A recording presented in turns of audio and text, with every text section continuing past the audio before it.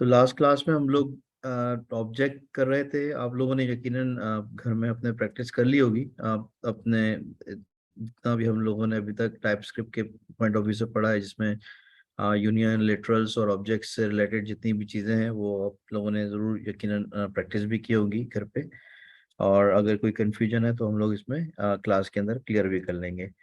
तो हम लोग जो लास्ट टाइम जो ऑब्जेक्ट को हम लोग पढ़ रहे थे, उसमें हम लोगों ने स्ट्रक्चरल टाइपिंग कर लिया था कि स्ट्रक्चरल किस तरीके से बनेगा।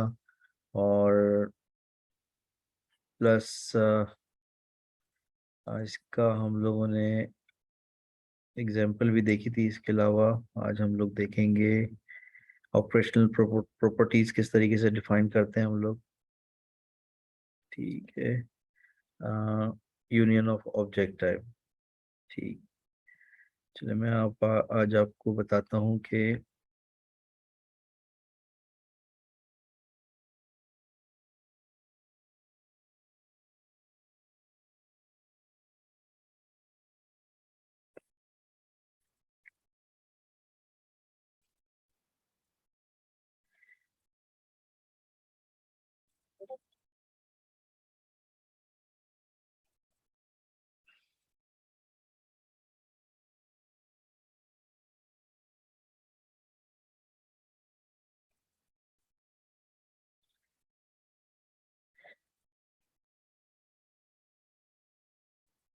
ओके, हम लोग आज देखते हैं नेस्टेड ऑब्जेक्ट टाइप्स किस तरीके से क्रिएट करते हैं। बेसिकली हम लोगों ने जितना भी अभी तक जो ऑब्जेक्ट टाइप्स को हम लोगों ने देखा था, उसमें हम लोगों ने नॉर्मली ऑब्जेक्ट्स किस तरीके से क्रिएट कर रहे होते हैं, किस तरह डिफाइन कर रहे होते हैं, उसकी प्रॉपर्टी किस तरह डिफाइन कर रहे होते हैं, वो हम लोगों ने इसको देखा था। आज हम लोग बताएंगे कि डिस्कस करेंगे कि ये ऑब्जेक्ट टाइप जो हमारी नेस्टेड ऑब्जेक्ट टाइप है वो किस तरीके से होती है। अगर हम लोग object type nested object type की बात करें जावास्क्रिप्ट के अंदर, तो उसके अंदर हमारे पास क्या होता है कि कुछ लाइक हम लोग मेंबर्स क्रिएट कर देते हैं, उसके अंदर एट्रीब्यूट्स क्रिएट कर देते हैं और उसका हम लोग नेस्टेड क्रिएट करते हैं हर हर एट्रीब्यूट्स का। ठीक है। जबकि टाइप स्क्रिप्ट के अंदर हम लोग क्या करते हैं कि ऑब्जेक्ट टाइप को जो है वो हम लोग रिप्रेजेंट करते हैं नेस्टेड ऑब्जेक्ट टाइप्स के अंदर। जैसे कर्ली ब्रैकेट ओपन करके उसको उसी के अंदर हम लोग डिफाइन कर रहे होते हैं।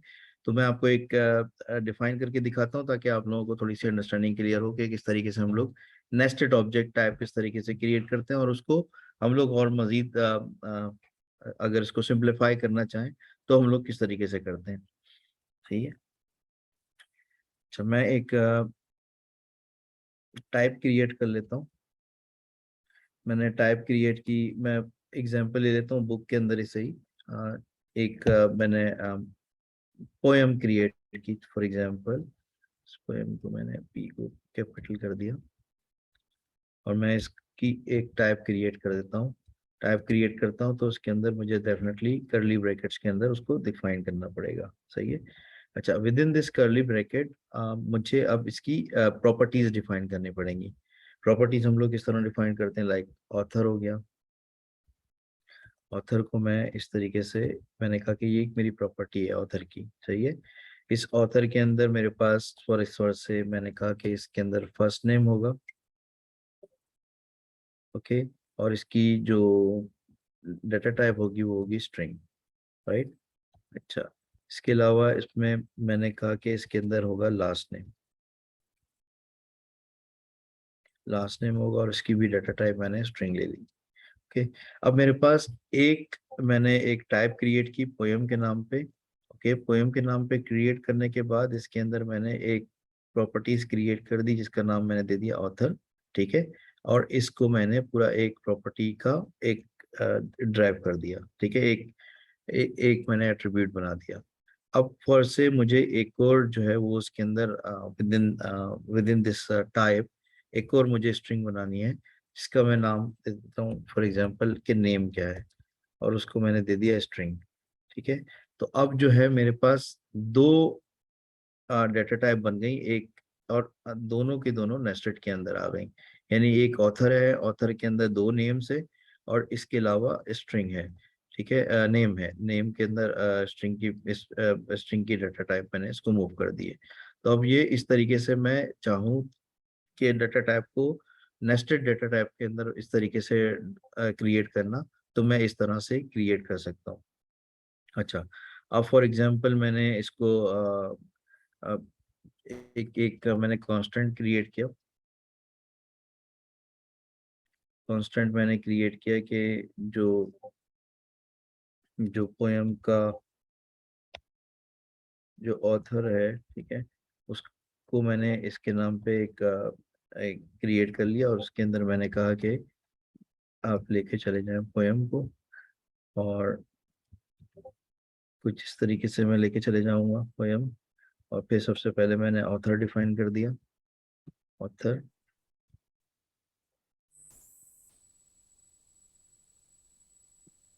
ऑथर के अंदर हमारे पास फर्स्ट नेम आ गया। फर्स्ट नेम में हमने लिख दिया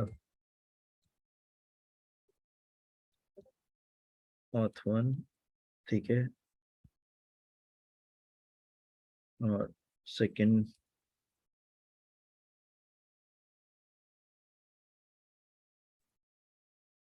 क्लास नेम है।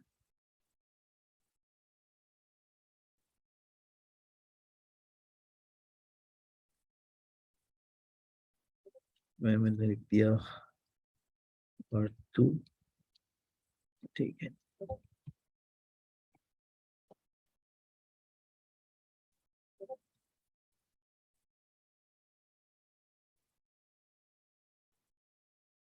और इसी तरीके से मैंने इसमें नेम मूव कर दिया।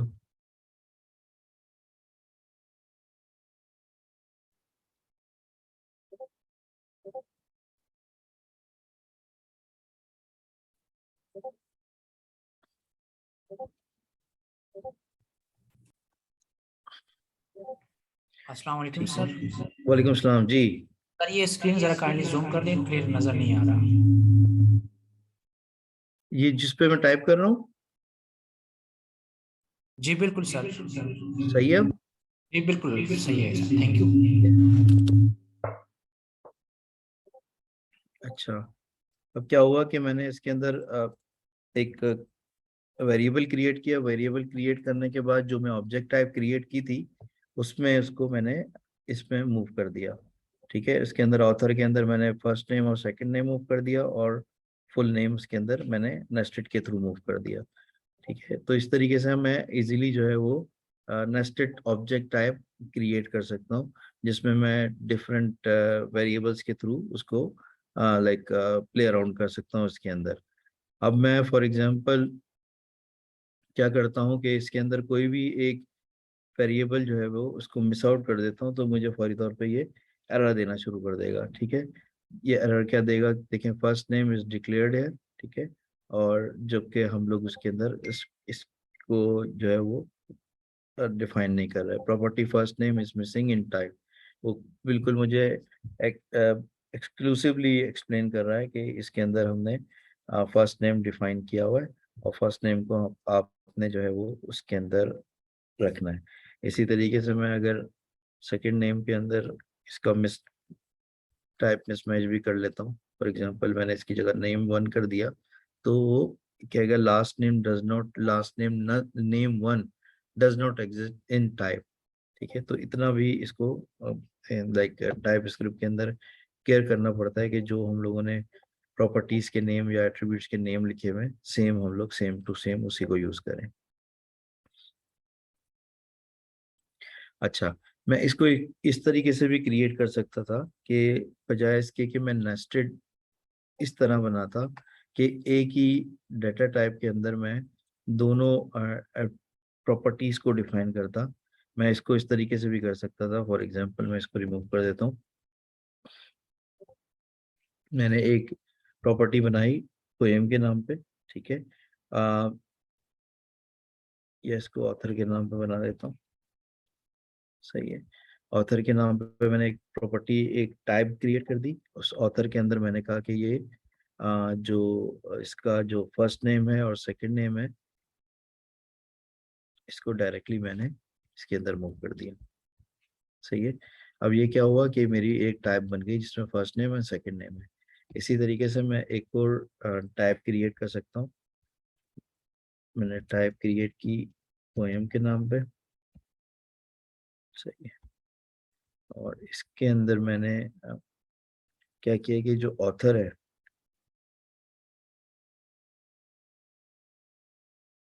ऑथर को मैंने सिंपली, जो ऑथर मैंने टाइप क्रिएट की थी वो मैंने इसके अंदर मूव कर दी। ठीक है, अब मुझे पहले मैंने क्या किया था कि पूरा ऑथर क्रिएट किया था और उसके अंदर पूरी डेटा टाइप इसके अंदर डाली हुई थी।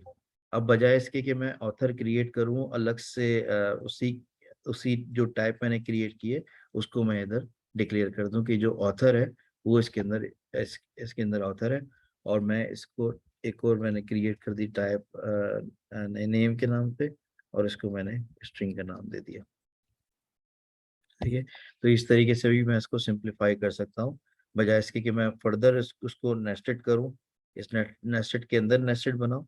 ठीक है, आप इसको आपने एक अलग से टाइप क्रिएट कर दी, और उस टाइप क्रिएट करने के बाद जो आपने दूसरा टाइप क्रिएट किया उसके अंदर आपने उस टाइप को मूव कर दिया, और उस एक और उसने आपने बना दिया। तो अगर मैं इसको इस तरीके से बनाऊं, लाइक पोयम करके इसको अलग से नेस्टेड बना के फिर एक और कर्ली ब्रैकेट ओपन करूं और उसके अंदर डिफाइन करूं, मैं इसको इस तरीके से सिंप्लीफाई भी कर सकता हूं। ठीक है जी। अब क्या है कि हमारे पास अस्सलाम वालेकुम सर। हम लोग के पास एक होती है ऑप्शनल हेलो प्रॉपर्टीज, उसके अंदर सर, मेरी आवाज़ आ रही है? जी आपकी आवाज आ रही है। सर यहाँ पर आपने जो ऑथर है उसके अंदर जो ऊपर आपने ऑथर डिफाइन किया है, ऑथर जी की टाइप, वो सारे आपने यहाँ पोयम में जो ऑथर लिखा है उसमें आपने सारे स्टोर करवा दिए इसके एट्रीब्यूट्स। जी जी। और फिर हम इस स्टोर नहीं कराए, ये मैंने कॉल किया बेसिकली। ये एक टाइप क्रिएट की ना ऑथर के नाम पे। जी जी। सही है, ये तो मैं कोई भी क्रिएट कर सकता हूँ, एक्स वाई जी क्रिएट कर सकता हूँ, सही है ना। ये एक्स वाई जी का बिल्कुल। नाम दे दिया मैंने, और ये एक्स वाई जी इधर मैंने कॉल कर ली। Okay okay sir. ठीक है ना, ये मेरी पूरी एक डेटा टाइप क्रिएट हो गई ना। अब डेटा टाइप में मैं इसको कह सकता हूँ फॉर एग्जांपल आपकी और मजीद आसानी के लिए फुल नेम कर दिया। ठीक है, अब ये फुल नेम है, और मैंने कहा कि इसका जो फुल नेम है, फर्स्ट नेम है, लास्ट नेम है, और इसको एक और काम करते हैं ना, मिडिल नेम भी कर लेते हैं। मिडिल नेम कर लेते हैं, सही है। मिडिल नेम कर लिया आपने, इसको स्ट्रिंग कर लिया। ओके,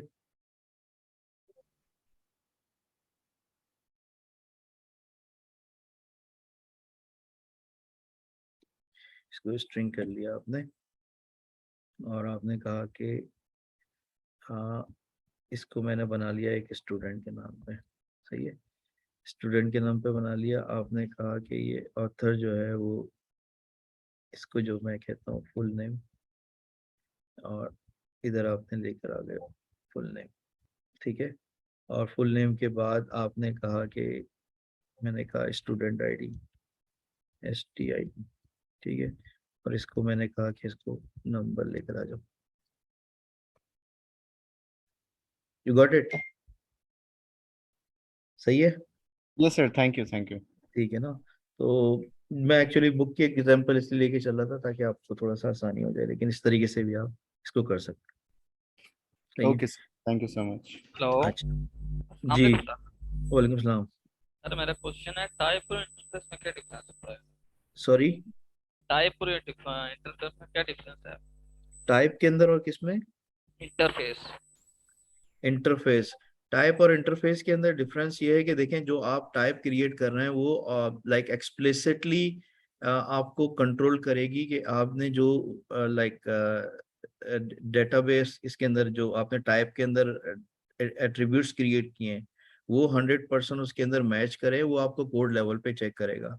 जबकि आप इंटरफेस जब क्रिएट कर रहे होते हैं तो इंटरफेस के अंदर जो आप इनपुट दे रहे होते हैं, ठीक है, जो आपने वेरिएबल इनपुट किया उस लेवल पे आपको, इंटरफेस लेवल के ऊपर आपको चेक करेगा कि आपने जो लाइक जो इंटरफेस पे फील्ड्स क्रिएट की हुई हैं वहीं पे आपको रोक देगा कि आपने जो है वो आगे अगर उससे क्वालिफाई नहीं कर रही हैं डेटा टाइप के पॉइंट ऑफ व्यू से, तो उसको आपको उधर ही आपको रुक देगा। इंटरफेस को हम लोग डिटेल में कवर करेंगे इंशाल्लाह आगे आगे की क्लासेस के अंदर।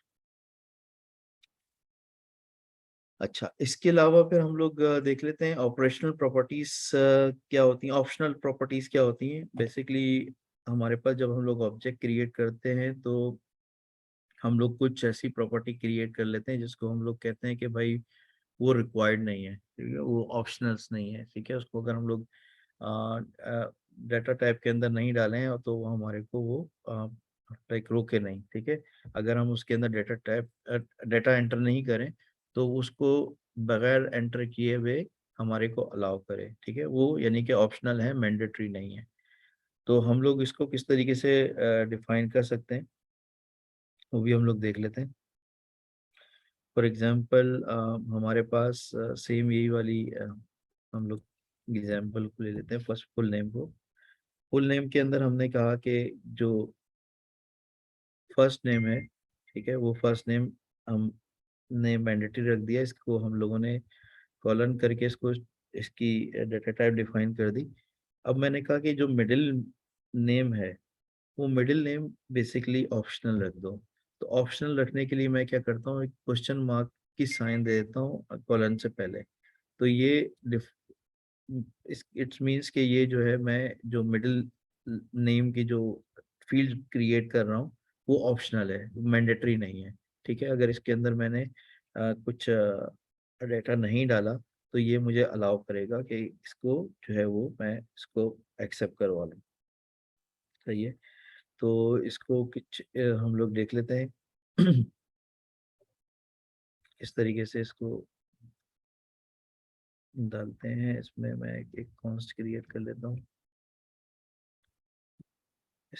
टी नेम के नाम पे, और मैंने इसको ले लिया फुल नेम।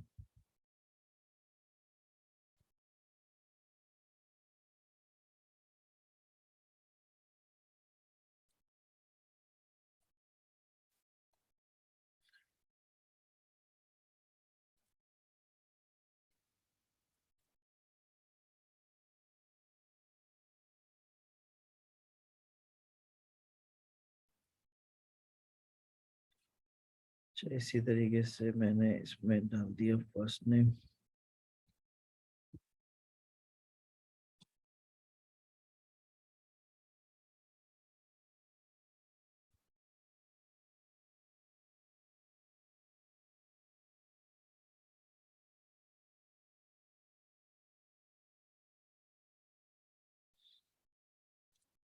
मिडिल नेम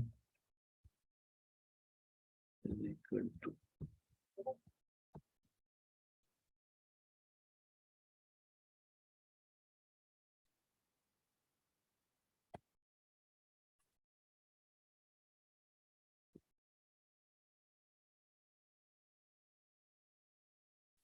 ठीक है जी।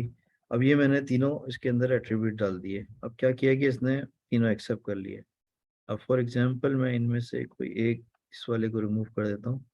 देखिए अब मुझे एरर नहीं दे रहा क्योंकि मैंने इसको ऑप्शनल किया हुआ है, ओके। अब फॉर एग्जांपल मैं इसको लास्ट नेम को मैं रिमूव कर देता हूँ, ठीक है। लास्ट नेम को रिमूव किया, इसने मुझे इमीडिएट बेसिस पे एरर देना शुरू कर दिया कि लास्ट नेम इज डिक्लेयर है, सही है। तो लास्ट नेम अगर मैं इसको चाहूँ कि लास्ट नेम को भी ऑप्शनल करना चाहूँ तो मैं इसको यहाँ पे क्वेश्चन मार्क को क्रिएट कर दूंगा। और अगर मैं चाहूँ कि इन दोनों को लाइक बाईपास कर दूं तो ये मुझे एक्सेप्ट करना शुरू कर देगा, ठीक है जी। तो ये अगर मैं अपने प्रॉपर्टीज के साथ क्वेश्चन मार्क की साइन लगा देता हूँ, क्वेश्चन और मार्क कॉलम, तो इसका मतलब है ये वाली जो फील्ड मैंने बनाई है ये ऑप्शनल फील्ड क्रिएट की हुई है, ठीक है जी।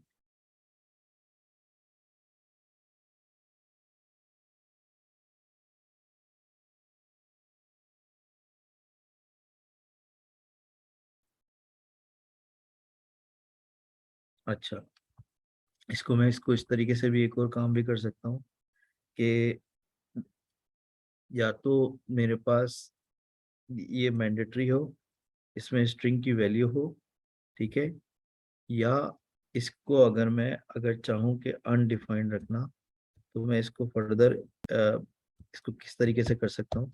मैंने कहा पाइप का साइन दिया और इसको मैंने कहा अनडिफाइंड।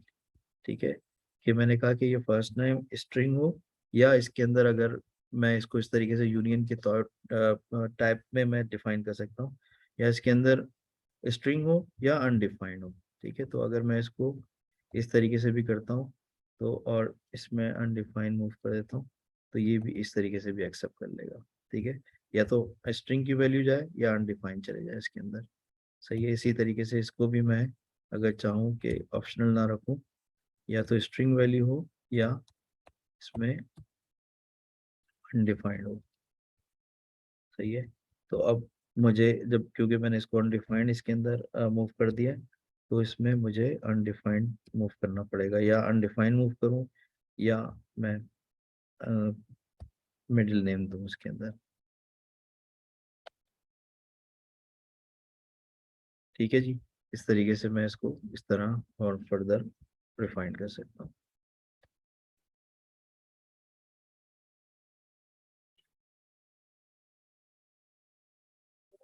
सही है जी। अच्छा, इसी तरीके से यूनियन ऑफ ऑब्जेक्ट टाइप में क्रिएट कर सकता हूँ। यूनियन ऑफ ऑब्जेक्ट टाइप में मैं अगेन एक मैं बुक की एग्जांपल ले लेता हूँ। उसके अंदर क्या होता है कि लाइक आपने ये सेम जो है वो यूनियन ऑफ आप डिफाइन करना चाह रहे हैं, इसके अंदर फर्दर एट्रीब्यूट ऐड करना चाह रहे हैं, तो आप इसके अंदर इजीली ऐड कर सकते हैं। ठीक है, तो इसको आप देख लीजिएगा अपने बुक के अंदर, काफ़ी डिटेल में एक एग्जांपल के साथ डिफाइन किया हुआ हमारे।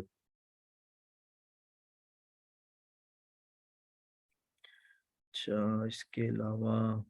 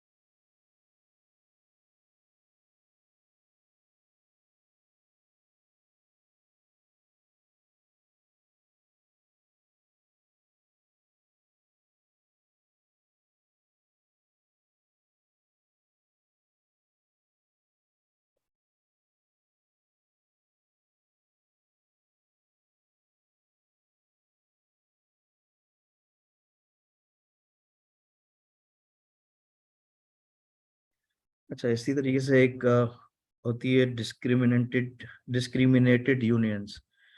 डिस्क्रिमिनेटेड यूनियंस के अंदर क्या होता है कि आप जब इसके अंदर प्रॉपर्टीज डिफाइन करते हैं, इसमें आप शेप लेकर आ जाते हैं, यूनियन की डिस्क्रिमिनेटेड यूनियन शेप लेकर आते हैं, जो कि आपकी प्रॉपर्टीज को जो है इंडिकेट करती है कि ऑब्जेक्ट टाइप के अंदर ये डिस्क्रिमिनेंट है। ठीक है, लाइक टाइप स्क्रिप्ट के अंदर जो हम लोग इसको हम लोग परफॉर्म कर सकते हैं कि इसको हम लोग फर्दर नैरो डाउन कर दें अपने कोड के अंदर, कि वो गार्ड करे अपना डिस्क्रिमिनेटेड प्रॉपर्टीज को। ठीक है, जब मैं एग्जांपल ले लेता हूँ, उसके अंदर हमारे पास हम लोग इसी पोएम की एग्जांपल ले लेते हैं, डिस्क्राइब कर रहा, इसमें ऑब्जेक्ट को डिस्क्राइब करेंगे हम लोग, जो कि पोएम विद पेजेस टाइप की होगी, या पोएम के अंदर राइम्स की टाइप्स की होगी। ठीक है ना, तो उसमें क्या होगा कि हम लोग डिफाइन करते हैं, फॉर एग्जांपल एक टाइप क्रिएट कर लेता हूँ,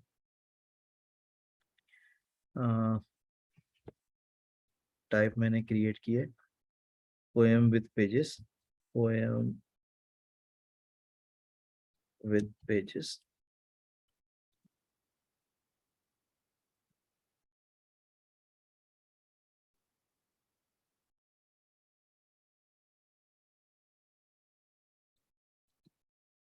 इसके अंदर मैंने कहा कि एक नेम है इसकी जो डेटा टाइप है वो स्ट्रिंग है, सही है। और जो पेजेस हैं इसकी जो डेटा टाइप है वो है नंबर, सही है। ये मैंने डिफाइन कर दी। अब इसके अंदर एक और टाइप मैंने क्रिएट कर दी जो क्या कह रही है, जो टाइप बेसिकली क्या है, टाइप इज पेजेस, ठीक है ना। तो इसको और मजीद मैंने इसको डिस्क्रिमिनेटेड कर दिया कि जो जो इसकी टाइप है बेसिकली वो है पेजेस है। तो जो पेजेस के अंदर इसके अंदर जो आएंगी वो इसमें ऑटोमेटिकली रेप्लिकेट हो जाएगी। तो इसी तरीके से मैं इसको अगर एक और टाइप क्रिएट करता हूँ, for example type poem with rhymes,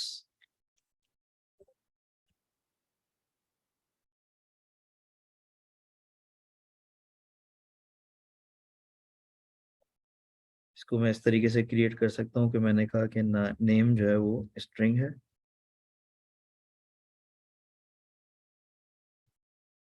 और आपकी जो राइम्स हैं, ठीक है, राइम्स जो है वो आपका नंबर, इसको अंदर बूलियन दे देता हूँ मैं, बूलियन है।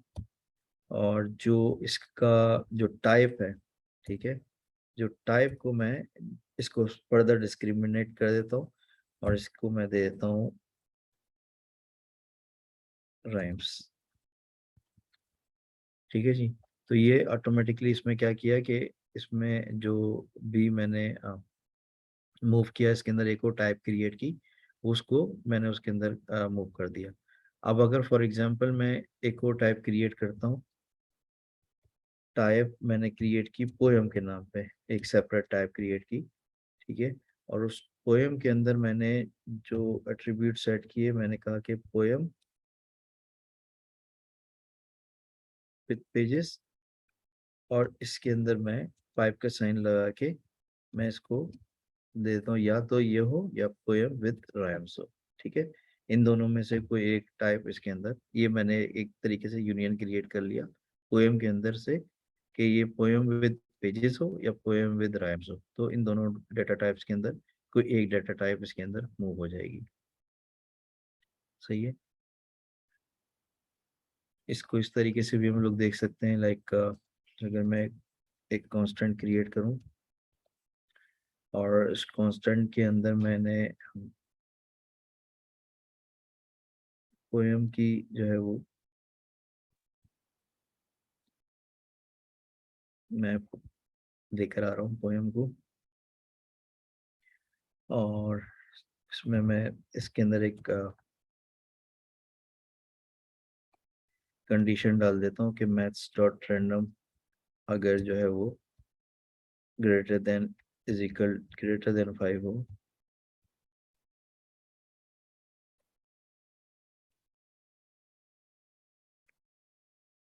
ये कंडीशन मैंने डाली है बेसिकली, ठीक है। तो क्या करें, सबसे पहले इसको चेक करेगा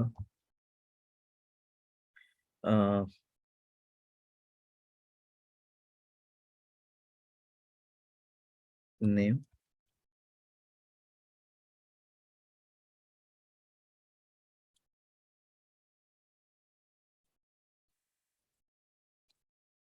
दी डबल इमेज,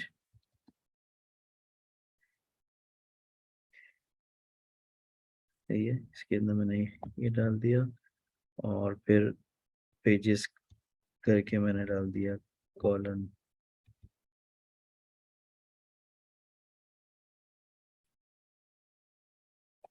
7 डाल दिया, और टाइप के अंदर मैंने सिंपली मूव कर दिया पेजेस को। सर ये पेज और रैम कहाँ पे डिक्लेयर हुआ? सॉरी, दिस वन नहीं, पेज पेज कहाँ डिक्लेयर किया है? पेज ये रहा। लेकिन ये टाइप में लिख रहा है ना। टाइप को मैंने इसको लाइक आप इसको इसको इस तरीके से कह लें कि मैंने इसको डिस्क्रिमिनेटेड वे में इसको डिफाइन किया हुआ है। यानी मैंने पेजेस इसके अंदर डिफाइन किए हुए हैं और फर्दर इसके अंदर टाइप मैंने डिफाइन कर दी है कि ये जो है डिस्क्रिमिनेटेड वे इसके अंदर मैं इसको डिफाइन कर रहा हूँ। ये मैं आपको एक्सप्लेन कर रहा हूँ ना यहाँ पे। कि मैं जहाँ जब इसको क्रिएट कर रहा हूँ, जब इसकी टाइप के अंदर, तो एक और मैंने एक डिस्क्रिमिनेटेड टाइप क्रिएट कर दी जिसका नाम मैंने दे दिया पेजेस का, जो कि वो इसको रेफर कर रहा होगा। इसी तरीके से इसके अंदर मैंने एक और राइम्स की जो क्रिएट की है, एक और टाइप क्रिएट कर दिया राइम्स की डिस्क्रिमिनेटेड वे में, और जो कि वो बुलियन करेगा इसको और इसके अंदर मूव कर देगा। ठीक है। अच्छा, इसी तरीके से मैं इसको अगर राइम्स की बात करूं, तो राइम्स के अंदर भी मैं इसको इस तरीके से मूव कर सकता हूँ, नेम और कॉलन, मैं इसको राइम्स नेम्स कह देता हूँ, नेम्स, और इसको मैं दे देता हूँ राइम्स की, राइम्स। और राइम्स बेसिकली क्या है, मैंने इसके अंदर क्योंकि बुलियन डाला, या तो इसके अंदर फॉल्स आएगा या ट्रू आएगा, ठीक है, तो मैं इसको अंदर ट्रू मूव कर देता हूँ। और बाकी जो टाइप है, ठीक है, टाइप के अंदर मैं इसके अंदर राइम्स डाल देता हूँ।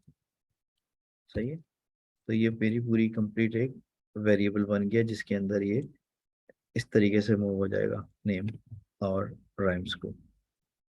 ठीक है, बेसिकली ये इसको आप डिस्क्रिमिनेटेड वे के अंदर अगर आप डेटा टाइप क्रिएट करना चाहें तो आप इसको इस तरीके से बना सकते हैं, अ, अपने पास data type, different data types को। अच्छा जी, इसमें एक है इंटरसेक्शन टाइप्स, भी देख लेते हैं हम लोग।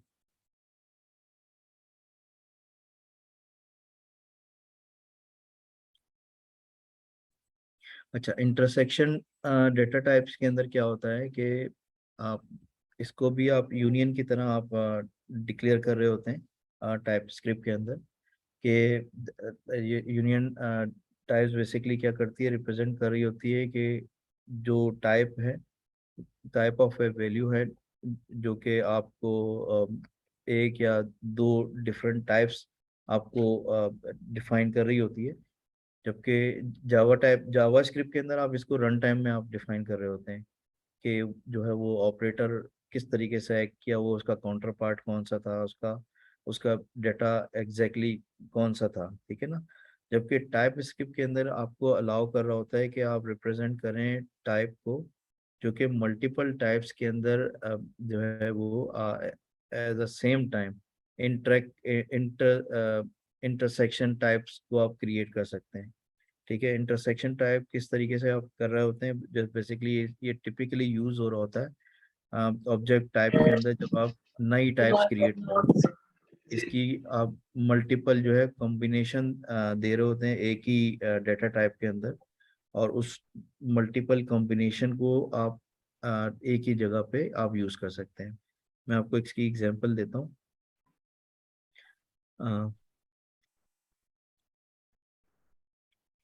एक टाइप मैं क्रिएट कर लेता हूँ और उसका मैं दे देता हूँ नाम आर्ट वर्क।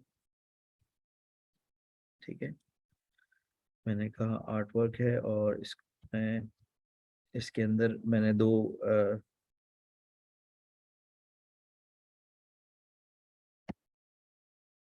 जनरेशन के नाम पे दे दिया मैंने, और इसको दे दिया स्ट्रिंग। ठीक है, और एक और मैंने इसके अंदर क्रिएट कर ली नेम कोई, और इसको मैंने दे दिया स्ट्रिंग के नाम पे।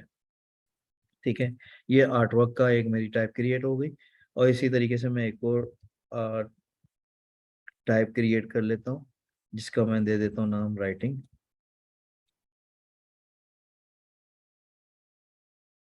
राइटिंग को मैंने दे दिया, इसके अंदर मैंने मूव कर दिया पेजेस, और इसको मैंने कहा कि इसकी डाटा टाइप है नंबर,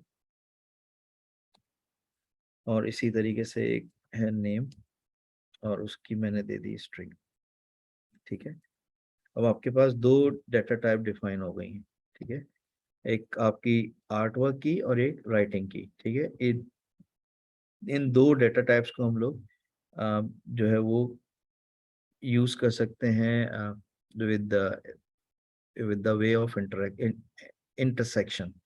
ठीक है, इंटरसेक्शन को किस तरीके से यूज कर सकते हैं, फॉर एग्जांपल मैंने कहा कि एक और टाइप मैंने क्रिएट कर दी, टाइप रिटर्न आर्ट, ठीक है ना, रिटर्न आर्ट के नाम पे। और इसको मैंने कहा कि इसके अंदर असाइन कर दो आर्ट वर्क को, और इसका इंटरसेक्शन बना दो राइटिंग के साथ। सही है। तो ये क्या करेगा कि ये आर्ट वर्क के अंदर इसने इंटरसेक्शन बनाया राइटिंग का और आर्ट वर्क का। रिटर्न आर्ट के नाम पे जो वेरिएबल मैंने एक और टाइप क्रिएट की, तो अब बेसिकली क्या कर रहा है, ये इक्विवेलेंट है, ठीक है ना। इक्विवेलेंट, अगर इसको मैं इसको दे दूं, ये इक्विवेलेंट है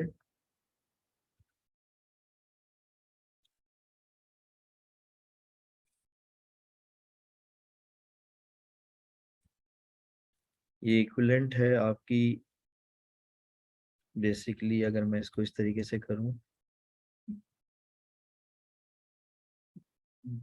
जो आपकी जनरेशन मैंने क्रिएट की है वो, ठीक है, स्ट्रिंग।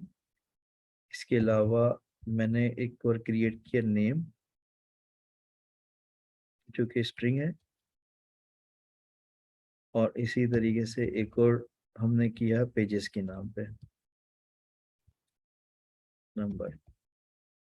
अब देखें हमने क्या किया था कि इसके अंदर नेम को हम लोगों ने दोनों जगह डिफाइन किया हुआ है। सही है। तो नेम जो है वो, इसको दो दफा मुझे लिखने की जरूरत नहीं पड़ी है, तो एक ही दफा में मैं लिखूंगा और वो दोनों जो है वो कवर हो जाएंगे इसके अंदर इंटरसेक्ट करने में। सही है। तो अगर मैं इस तरीके से जो डाटा टाइप क्रिएट करता हूँ जिसके अंदर रिपीटेडली एक ही एट्रीब्यूट्स आ रहा है और उसको मैं उसको इंटरसेक्ट करना चाहूँ, तो मैं इस तरीके से कर सकता हूँ। यानी मुझे लाइक कहने को इसमें 4 एट्रीब्यूट्स है, 1 2 3 4, ठीक है। लेकिन वो ट्रीट करेगा, जब इंटरसेक्ट जब कर दूंगा तो वो ट्रीट करेगा ओनली 1 टाइम। ठीक है। तो इस तरीके से भी आप डाटा टाइप्स क्रिएट कर सकते हैं जहाँ पे आप इंटरसेक्ट कर सकते हैं डिफरेंट एट्रीब्यूट्स को।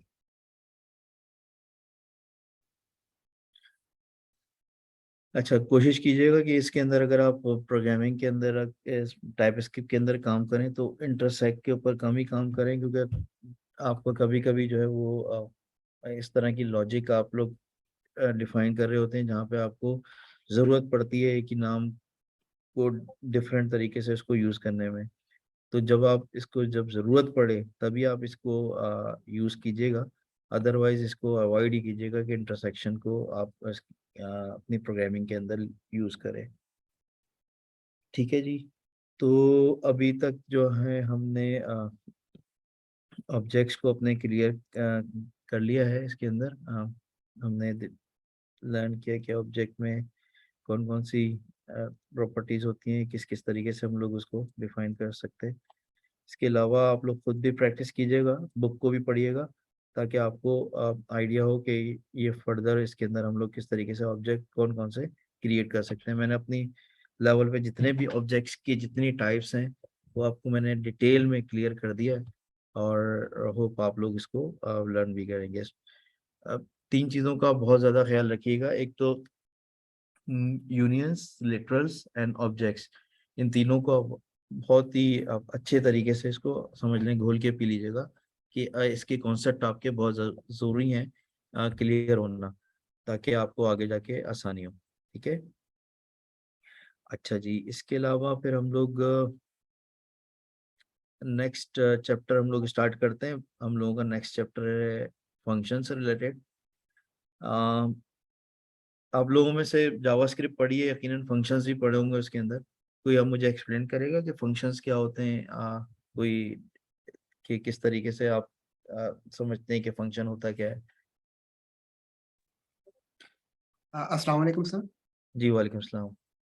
Sir function basically block of code होता है जिसको आप अपनी रिक्वायरमेंट के अकॉर्डिंग जो है ना वो रन कर सकते हैं। फॉर एग्जांपल मुझे एक अलर्ट है वो कहीं पे शो करवाना है, और वो अलर्ट मुझे फॉर एग्जांपल 10 पेजेस के ऊपर शो करवाना है, तो बजाय इसके कि मैं वो कोड 10 जगह के ऊपर अलग अलग लिखूं, मैं एक फंक्शन क्रिएट करके रख लूंगा और वो मैं 10 जगह के ऊपर जो है ना वो जाके उस फंक्शन को कॉल कर लूंगा।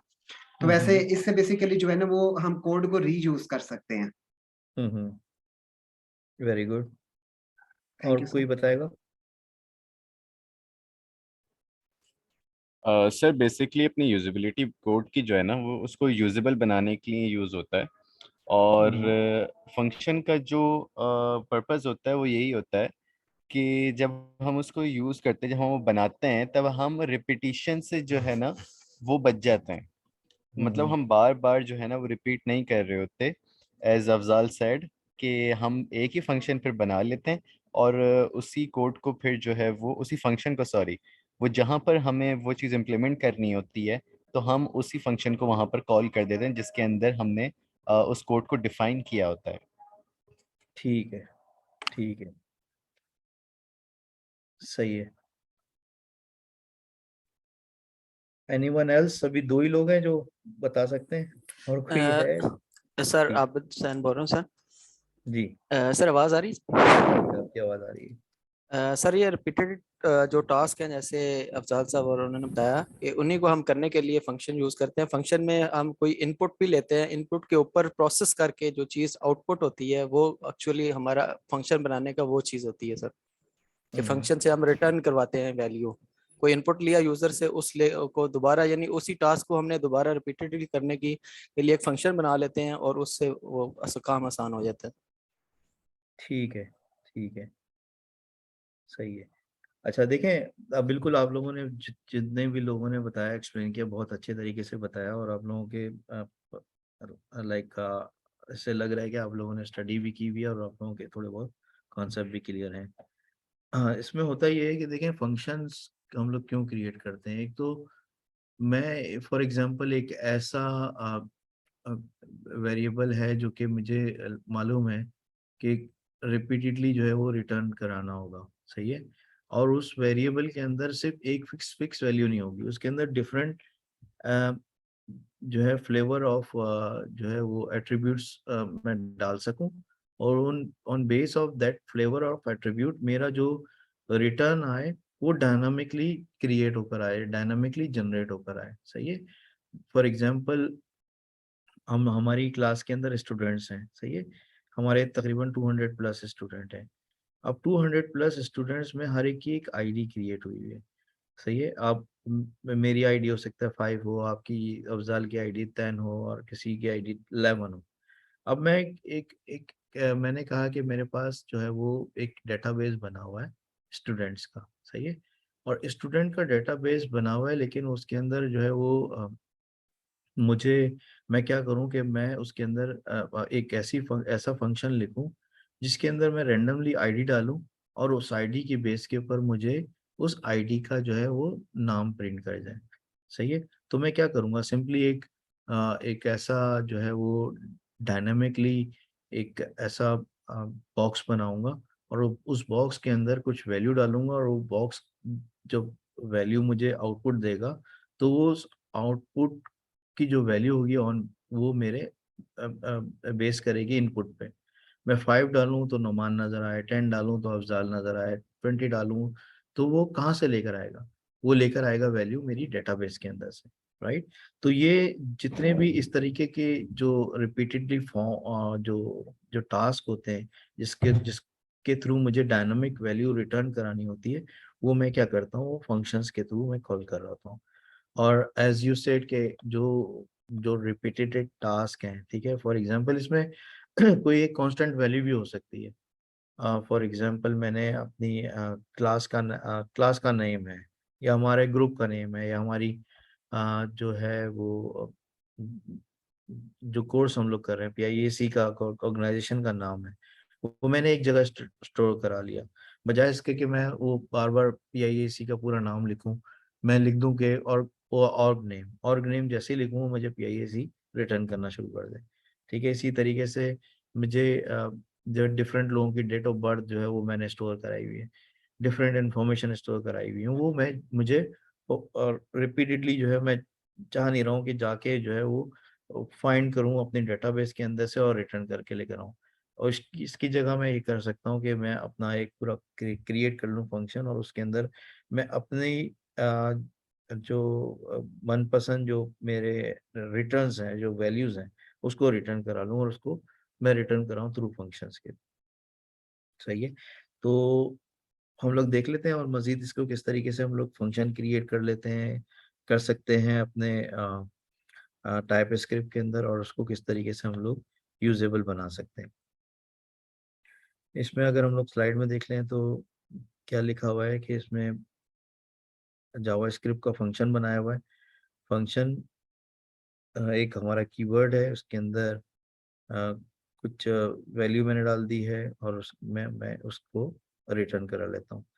प्रॉब्लम क्या कह रहा है, without explicit type information declared we may never know. ठीक है, अगेन जब तक हमारे पास कोई डिक्लेयर्ड इंफॉर्मेशन नहीं होगी हम लोगों को नहीं मालूम होगा। TypeScript will consider it to be the any type, meanings the parameters type could be anything. ठीक है, अब इसके अंदर जब धरी बात है, जब अब मैं जावा स्क्रिप्ट के अंदर प्ले करूंगा तो तब तो मुझे कोई एरर नहीं देगा, लेकिन जब मैं टाइप स्क्रिप्ट के अंदर इस तरीके से फंक्शन क्रिएट करूंगा तो मुझे एनी टाइप का एरर दे देगा कि मुझे कुछ ना कुछ इसके अंदर टाइप डिफाइन करनी होगी।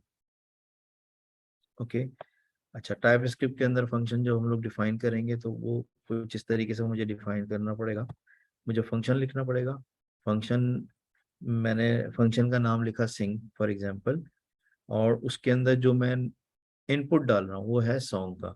ठीक है, अब क्योंकि मैंने जब जावा स्क्रिप्ट लिख रहा था तो सॉन्ग डायरेक्टली लिख रहा था विदाउट स्पेसिफाइंग उसकी टाइप, लेकिन जब मैं टाइप स्क्रिप्ट के अंदर लिखूंगा तो टाइप स्क्रिप्ट के अंदर मुझे स्पेसिफिकली बताना पड़ेगी कि इसकी टाइप क्या है। सॉन्ग और उसकी टाइप लिखूंगा और उसके बाद फिर उसके अंदर जितनी भी एक्टिविटीज हैं वो डिफाइन करूंगा। Type script allow you to declare the type of function parameter with a type of an annotation.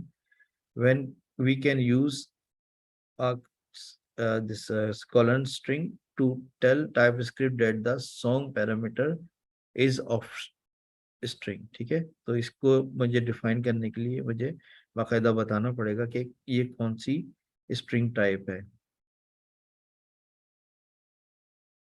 अच्छा, TypeScript argument counting will come into play if a function is called with either too few or too many arguments। okay? अब हम लोग इसको क्या करते हैं कि मैं दोबारा इसको आ जाता हूँ टाइप स्क्रिप्ट के ऊपर, हम लोग कुछ इसकी प्रैक्टिकल एग्जांपल करके देख लेते हैं।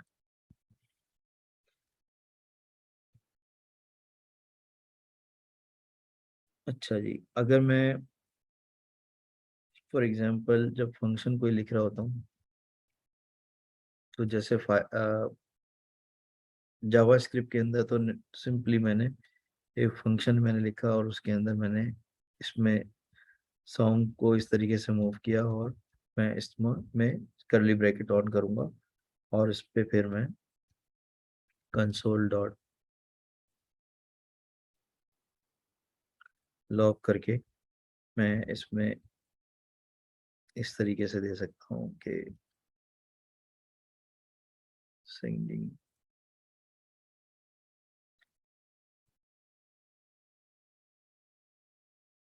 सही है, और इसको मैं इस तरह से डॉलर करके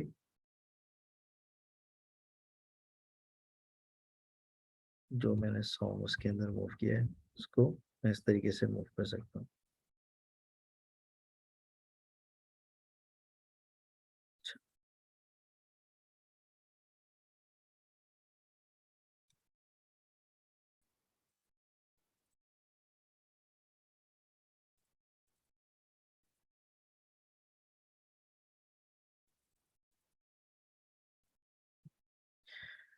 अब देखें इसमें मुझे क्या कह रहा है, एरर दे रहा है यहाँ पे सॉन्ग का।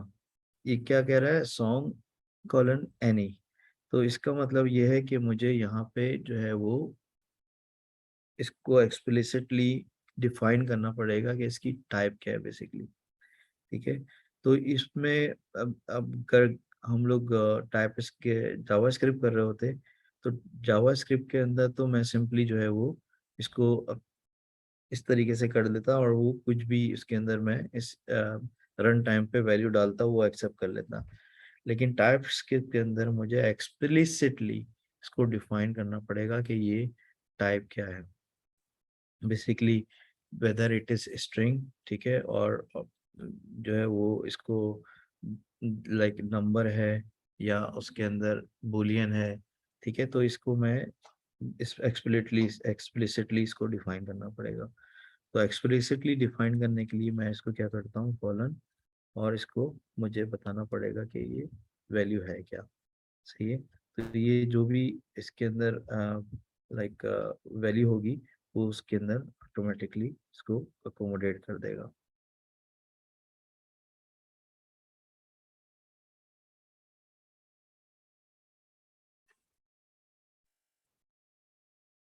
अच्छा,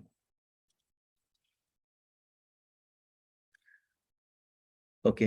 अच्छा, इसके अंदर जो चीज़ मैं आपको बताना चाह रहा था, सबसे पहले फंक्शन का कीवर्ड होगा, फंक्शन का नेम होगा, उसकी जो एट्रीब्यूट्स हैं, अगर इसको मैं नहीं भी करता हूँ,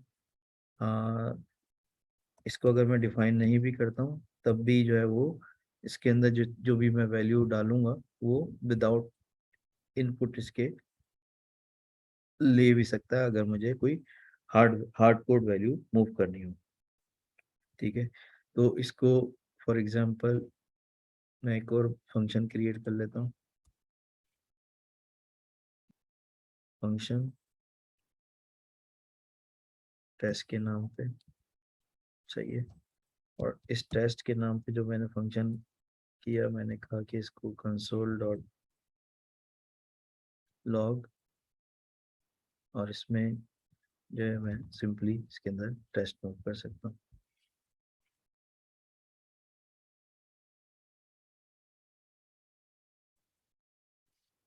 ठीक है जी, तो इसको इस तरीके से भी विदाउट एनी इनपुट वैल्यू मैं इसको इस तरीके से मूव कर सकता हूँ एनी हाउ। तो ये आपका एक फंक्शन क्रिएट हो गया, और इसको मैं इजीली कॉल करा के इसके अंदर जो है वो वैल्यूज दे के अब इसके अंदर रिटर्न करा सकता हूँ। अच्छा, इसके अंदर देखें आप क्या किया है कि ये जो कंप्लीट वैल्यू आई आई हुई है, वो सिंगिंग तो मेरा हार्ड कोडेड जो है वो टेक्स्ट है, जिसके थ्रू मैं इसको सॉन्ग को उसके अंदर जो भी मैं इसके अंदर इनपुट दूंगा वो मुझे रिटर्न करा देगा। तो मुझे जब इस तरीके से रिटर्न कराना होता है, तो मुझे यहाँ पे इस तरीके से इसको डिफाइन करना होता है, ताकि वो ऑटोमेटिकली इसके अंदर जो भी वैल्यू आए वो मुझे रिटर्न करा दे। सही है जी। अच्छा, इसी तरीके से अगर मैं चाहूँ कि इसके अंदर मल्टीपल जो है वो वेरिएबल ले लूँ, फॉर एग्जांपल मैं इसके अंदर चाहता हूँ कि मैंने यहाँ पे मेरे पास फुल नेम आ जाए, फुल नेम आ जाए, मैं इसको कह दूँ ये फर्स्ट नेम। सही है, और इसको आ जाए सेकंड नेम। ओके, और इसमें मैं लेकर आ जाऊँ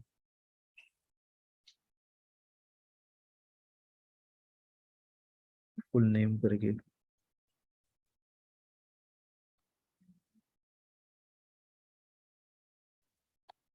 फर्स्ट नेम को इस तरीके से प्रिंट करा सकता हूँ इसीलिए। ठीक है, और चाहूँ कि इसको स्पेस देके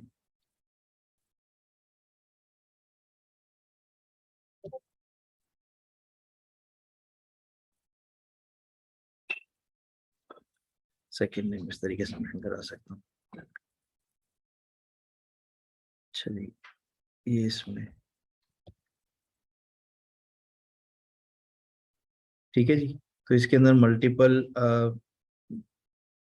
एट्रीब्यूट्स में डाल सकता हूँ, मल्टीपल एट्रीब्यूट्स देके इसके अंदर मैं इसको प्रिंट करवा सकता हूँ अपने पास। सही है, तो ये बेसिकली जो मेरी जो रिक्वायरमेंट है पैरामीटर की, जस्ट लाइक अब अगर हम लोग जावास्क्रिप्ट की बात करते हैं, तो जावास्क्रिप्ट के अंदर तो हम लोग विदाउट एनी टाइप जो है वो इजीली दे सकते हैं कि कौन कौन सी हमारे पास टाइप्स हैं। अब सिंपली मैं फर्स्ट नेम मैंने लिखा, कॉमा सेकंड नेम लिखा, तो मैं उसको इजीली प्रिंट करा सकता था without explicitly defining any type. लेकिन जब टाइप स्क्रिप्ट की बात करता हूँ तो टाइप स्क्रिप्ट के अंदर मुझे एक्सप्लिसिटली डिफाइन करना पड़ेगा कि जो है वो कौन सा, किस वेरिएबल की कौन सी टाइप है। ठीक है ना, जैसे मैंने फर्स्ट नेम लिखा, सेकंड नेम लिखा, और उसकी मैंने टाइप अब स्पेसिफिकली डिफाइन की, तो उसको इस तरीके से मैं कर सकता हूँ। अच्छा,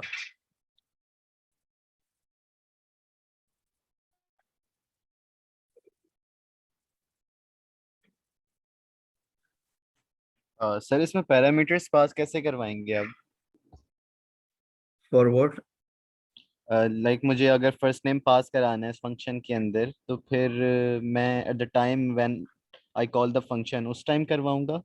जी, जब मैं फुल नेम लिखूंगा ना, इसको फुल नेम लिखूंगा, फुल नेम लिखा मैंने, और इसमें मैंने लिखा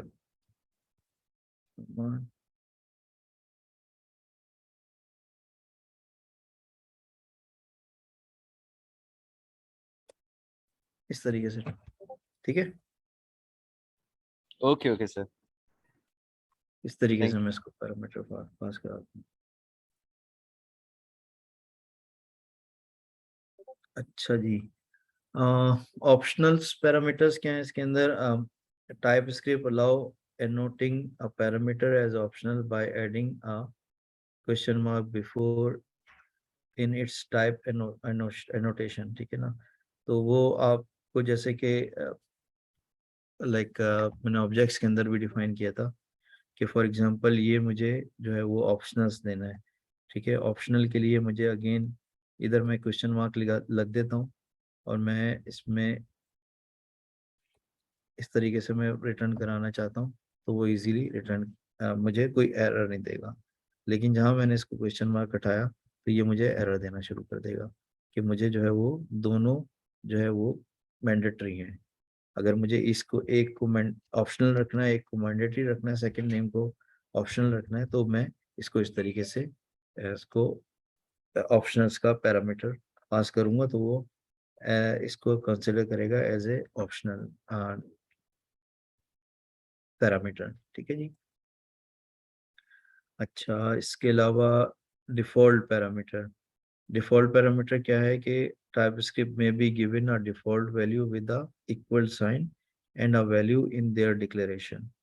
ठीक है, TypeScript will interfere the parameter type based on the default value. अच्छा, फॉर एग्जांपल आपने क्या करना है कि इसमें मैं एक और जो है वो पैरामीटर बनाता हूँ एज के नाम पे। सही है, और मैंने एज को कह दिया कि ये है नंबर। सही है, अब एज क्योंकि इसके अंदर मेरे पास इसको मैं इसको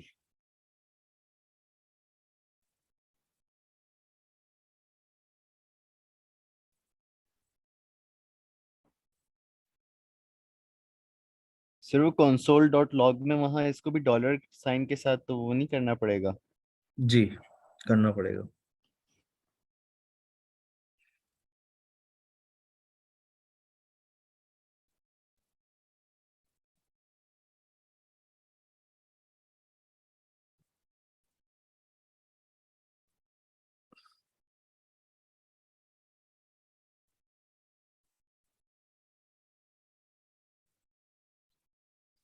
अच्छा,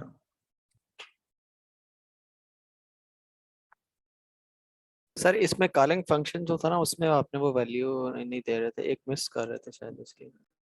जी नहीं, एक्चुअली मैं बताता हूँ क्या है कि इसमें थोड़ा सा जो है वो हमें प्रोटोकॉल भी फॉलो करना है।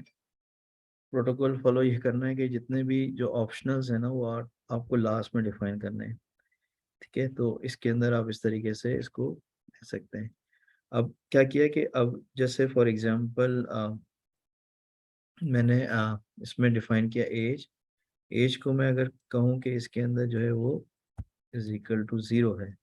ठीक है, तो अब मैंने बाय डिफॉल्ट जो वैल्यू मैं जो आपको एक्सप्लेन करना चाह रहा था वो ये था कि अगर बाय डिफॉल्ट वैल्यू किसी की रखना चाह रहे हैं तो वो आप इसको इस तरीके से मूव कर सकते हैं कि एज का मैंने पैरामीटर बनाया, एक तो इसमें हमने डिफाइन कर दिया कि ये एक नंबर है, सही है ना, और दूसरा हमने कहा क्या काम किया कि इसके अंदर एक डिफॉल्ट वैल्यू मूव कर दी, यानी कि अगर कभी भी एज प्रिंट हो तो वो एज प्रिंट डिफॉल्ट वैल्यू के साथ 0 के साथ प्रिंट हो, यानी मैं कभी भी जो है वो इसको प्रिंट करूंगा, console.log देगा तो एज के साथ हमेशा मुझे 0 देगा अगर मैं इसके अंदर कुछ वैल्यू नहीं मूव की मैंने तो। ठीक है जी, तो इसको इस तरीके से भी देखें मैंने, उसको हालांकि ऑप्शनल डिफाइन नहीं किया है, लेकिन क्योंकि मैंने इसको इस तरीके से मूव कर दिया है कि इसको इसके अंदर जब भी एज प्रिंट होगी तो वो 0 उसके अंदर आ रहा होगा, लेकिन अगर मैं इसको इस तरीके से देना चाहूँ कि जो एज हो वो ऑटोमेटिकली इसके अंदर कोई इस वैल्यू आ जाए, और जो लास्ट नेम हो उसके अंदर भी कोई वैल्यू आ जाए, तो भी इस तरीके से भी मैं इसको प्रिंट करा सकता हूँ। ठीक है जी। अच्छा, rest parameter. Some functions are made to be called with any parameter. The two dot spread operator may be placed on the last parameter in a function declaration to indicate any rest argument with curly bracket, syntax added at the end to indicate it is an array of argument. ठीक है, जब भी हम define कर रहे होते हैं कोई एरे को, तो एरे को हम लोग डिफाइन कर रहे होते हैं करली ब्रैकेट से, ठीक है ना। तो एरे ऑफ आर्ग्यूमेंट को डिफाइन करने के लिए हम लोग क्या करते हैं, जैसे कि फॉर एग्जांपल कोई स्ट्रिंग है और उसके स्ट्रिंग के अंदर कोई हमने एरे मूव करना है, यानी कि इस लाइक के जो वो सॉन्ग हो, सॉन्ग के अंदर डिफरेंट एट्रीब्यूट्स आ रहे हो, लाइक एक से ज्यादा उसके अंदर जो है वो इस वैल्यूज आ रही होंगी, तो वो डेफिनेटली एरेस के अंदर हम लोग उसको कन्वर्ट कर रहे होते हैं। तो इसको किस तरीके से हम लोग डिफाइन कर सकते हैं, उसको हम लोग इस तरह कर सकते हैं कि फॉर एग्जांपल मैं इसको कर देता हूँ फर्स्ट नेम, और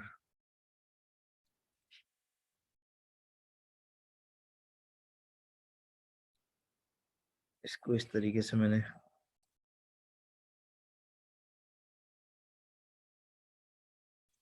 लिखा सॉन्ग,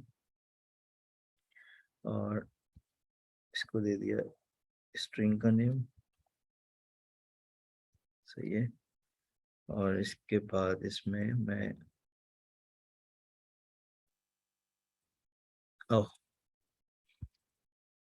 कॉलन स्ट्रिंग, और इसमें मैं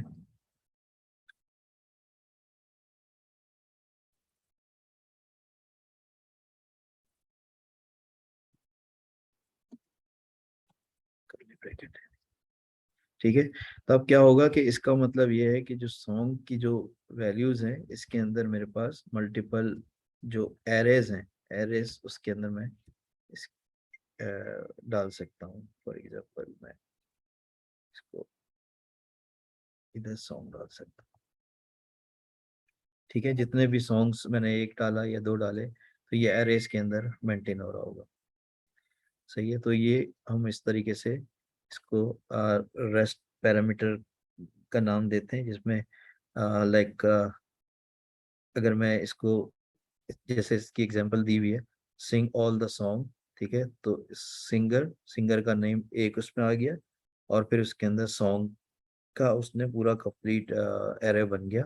ठीक है, तो इसको मैं अगर क्रिएट करना चाहूँ तो फॉर का लूप क्रिएट करूंगा, for const song of song, ठीक है, console.log सॉन्ग बाय सिंगर, ठीक है। तो ये ऑटोमेटिकली जितने भी दफा जो है वो लूप क्रिएट होगा वो आपका इसके अंदर एडिशन होता रहेगा उसके अंदर। ठीक है, क्योंकि अभी हम फॉर का लूप और उसको हम लोग देख नहीं रहे, आगे जाके हम लोग फॉर और जितने भी लूप्स हैं उसको हम लोग डिटेल में देखेंगे, तो कहीं आप लोग इधर ना हो जाए। ठीक है जी, इसी तरीके से रिटर्न टाइप क्या है कि जो आपने जो फंक्शन के अंदर जो एक एट्रीब्यूट्स लिखा हुआ है, जो कंप्लीट जो है वो आपने इसके अंदर मैकेनिज्म सेट किया हुआ है, उसको आपने रिटर्न कराना है। सही है। तो रिटर्न कराने के लिए डिफरेंट मैकेनिज्म होते हैं। If you want to return something from a function, at that time you must use return statement with semicolon. ठीक है। तो आपने for example, if TypeScript understand all the possible value returns by a function, it will know that what type the function returns. For example, हम लोग इसी example को ले लेते हैं। फंक्शन सिंग सॉन्ग, सॉन्ग और स्ट्रिंग का जो है वो मैंने इसके अंदर इन्होंने वो बनाया हुआ है, एरे बनाया हुआ है। इसी हम लोग एग्जांपल को ले लेते हैं, सिंग सॉन्ग।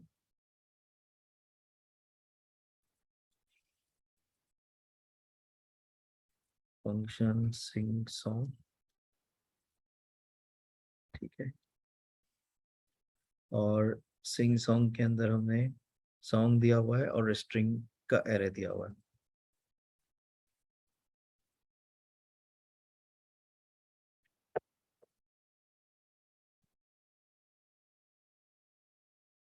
स्ट्रिंग का एरे दिया हुआ है और इसको हम लोग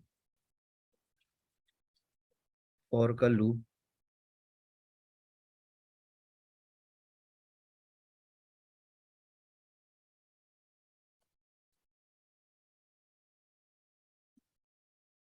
सॉन्ग,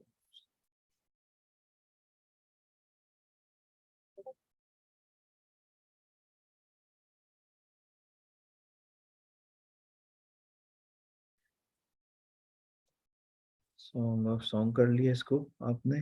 और इसमें आपने कंसोल डॉट लॉग के थ्रू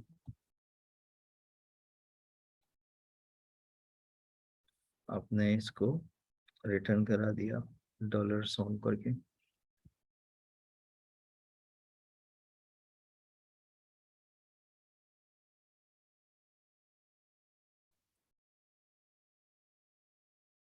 सही है। और इधर आपने रिटर्न करा दिया, रिटर्न आपने कराया जनाब सॉन्ग डॉट लेंथ।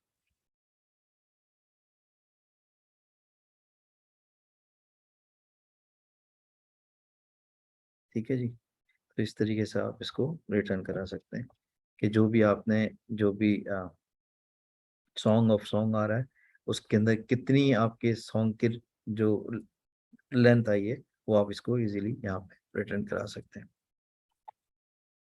ठीक है।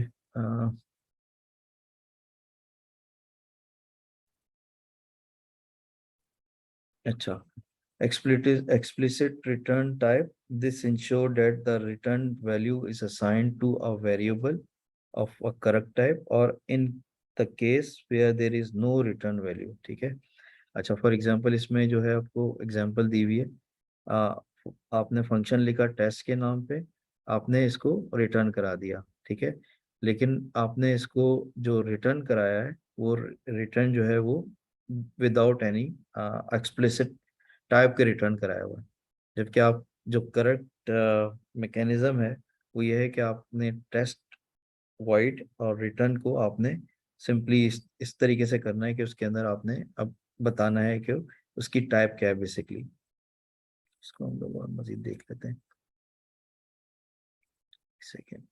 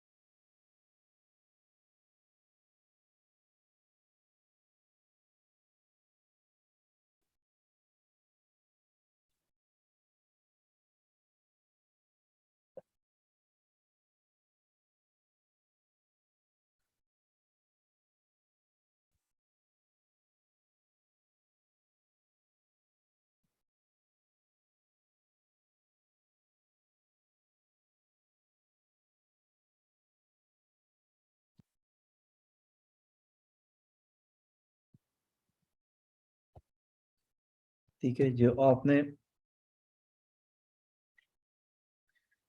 इस तरीके से फंक्शन को आपने क्रिएट करके आप जावास्क्रिप्ट के अंदर तो कर लेते थे, ठीक है। आपने क्या किया कि एक फंक्शन का वेरिएबल क्रिएट किया और उसके अंदर आपने फंक्शन मूव कर दिया। लेकिन टाइप स्क्रिप्ट के अंदर आपको एक्सप्लिसिटली बताना पड़ेगा कि जो आप फंक्शन डिफाइन कर रहे हैं उसका डेटा टाइप क्या है बेसिकली, ठीक है ना। तो इसको आपने एक्सप्लिसिटली इसमें बताना पड़ेगा कि ये आपका बेसिकली ये वॉइड है, ठीक है ना, या इसके अंदर आप जो इस ये फंक्शन दे रहे हैं ये बेसिकली क्या है, इसकी डेटा टाइप, इसको नंबर है, फंक्शन आपने डिफाइन किया और उसको fn is equal to function of is equal to function, इसको आपने एक्सप्लिसिटली बताना पड़ेगा कि इसकी डेटा टाइप क्या है। आप नॉर्मली जावास्क्रिप्ट के अंदर तो डिफाइन कर सकते हैं इजीली ना, कि आपने फंक्शन बनाया और फंक्शन के अंदर आपने मूव कर दिया और उसको रिटर्न करा दिया। लेकिन जब आप इसको टाइप स्क्रिप्ट के अंदर आएंगे तो टाइप स्क्रिप्ट के अंदर आपको एक्सप्लिसिटली बताना पड़ेगा कि इसका डेटा टाइप क्या है। अच्छा, इसके अलावा फिर हम लोग एक्सप्लिसिटली रिटर्न टाइप देख लेते हैं डेट के अंदर। here the get song recording date function is explicitly declared as running date and undefined, but one of its return statement incorrectly provides a string। इसको जैसे फंक्शन आपने डिफाइन किया, function define करने के बाद आपने इसको फंक्शन लिखा सॉन्ग और इसकी एक्सप्लिसिटली डेटा टाइप आपने डिफाइन की और उसके बाद बता दिया कि इसकी जो डेटा टाइप डेट होगी या अनडिफाइंड होगी, यानी आपने इसको फर्दर यूनियन कर दिया और इसको स्विच कर दिया आपने। एक हम लोग स्विच के केसेस को भी डिस्कस करेंगे। अगर सॉन्ग है, ठीक है, तो क्या करे, केस स्ट्रेंज फ्रूट के साथ रिटर्न करे डेट को। और अगर केस आ गया ग्रीन लीव्स का, ठीक है ना, इसके अंदर डिफरेंट आपके केसेस हैं। केसेस क्या है कि डिफरेंट आपने वेरिएबल पास किए हुए हैं, डिफरेंट एट्रीब्यूट पास किए हुए हैं उसके अंदर। अपने जो वेरिएबल्स आपने डिफाइन किया है, अगर स्ट्रेंज फ्रूट आता है तो आपको ये रिटर्न करेगा, अगर ग्रीन लीव्स आता है तो आपको रिटर्न्स अननोन करेगा, अदरवाइज डिफॉल्ट वैल्यू आपकी रिटर्न करेगा अनडिफाइंड की, ठीक है। तो आपने तीनों के तीनों जो एट्रीब्यूट्स हैं वो डिफाइन किए हुए हैं एक ही फंक्शन के अंदर, यानी स्ट्रिंग वैल्यू भी आ रही है उसके अंदर, डेट भी आ रही है और अनडिफाइंड भी आ रही है, ठीक है। कि अगर आपका स्ट्रेंज फ्रूट आता है तो आपने बेसिकली उसके अंदर ऑब्जेक्ट क्रिएट आपने किया और उसके अंदर आपने डेट रिटर्न करी। अगर ग्रीन लीव्स आता है तो वो अननोन आपको एज ए टेक्स्ट रिटर्न करेगा, स्ट्रिंग वैल्यू रिटर्न करेगा, अदरवाइज डिफॉल्ट पे आपको अनडिफाइंड आपको दे रहा होगा, ठीक है। इसी तरीके से फंक्शन टाइप्स के अंदर हम लोग देख लेते हैं कि फंक्शन टाइप्स कितनी है। Function type syntax look similar to an arrow function, ठीक है। एरो फंक्शन किसी ने पढ़ा है उसके अंदर जावास्क्रिप्ट के अंदर, कोई एक्सप्लेन कर सकेगा मुझे? अगर आप लोगों में से एरो फंक्शन किसी ने पढ़ा है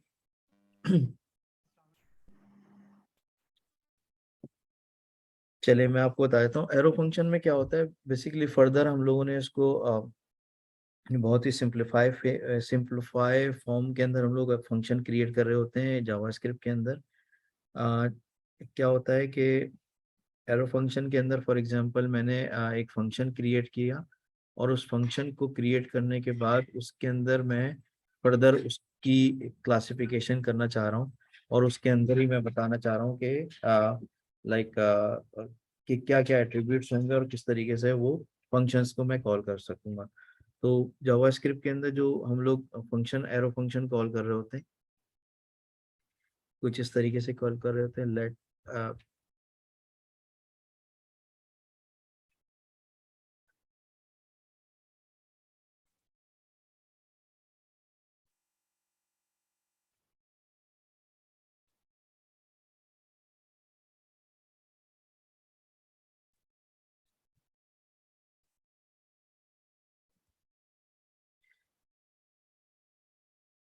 हम लोग इस तरीके से एक फंक्शन क्रिएट कर रहे होते हैं जावास्क्रिप्ट के अंदर, जबकि टाइप स्क्रिप्ट के अंदर भी हम लोग इसको इस तरीके से डिफाइन करेंगे, जहाँ पे एरो फॉर्म में हम लोग बता रहे होते हैं कि ये एरो जहाँ पे इज इक्वल टू और ग्रेटर देन का साइन आ रहा होता है, तो इसको हम लोग कह रहे होते हैं कि ये एरो फंक्शन क्रिएट कर रहे हैं।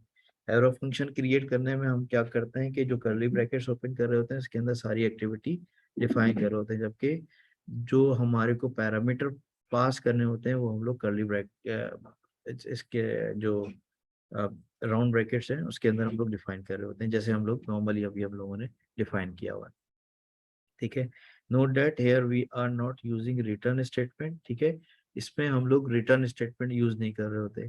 तो बेसिकली ये जो हमारा करली ब्रैकेट है, जो एरो फंक्शन है, यही हम लोगों को एक्सप्लिसिटली डिफाइन कर रहा होता है कि ये जो हमारी जो जो भी रिटर्न आ रही है वो उस वेरिएबल के अंदर आ रही होगी जो कि हम लोग इनिशियली डिफाइन कर रहे होते हैं।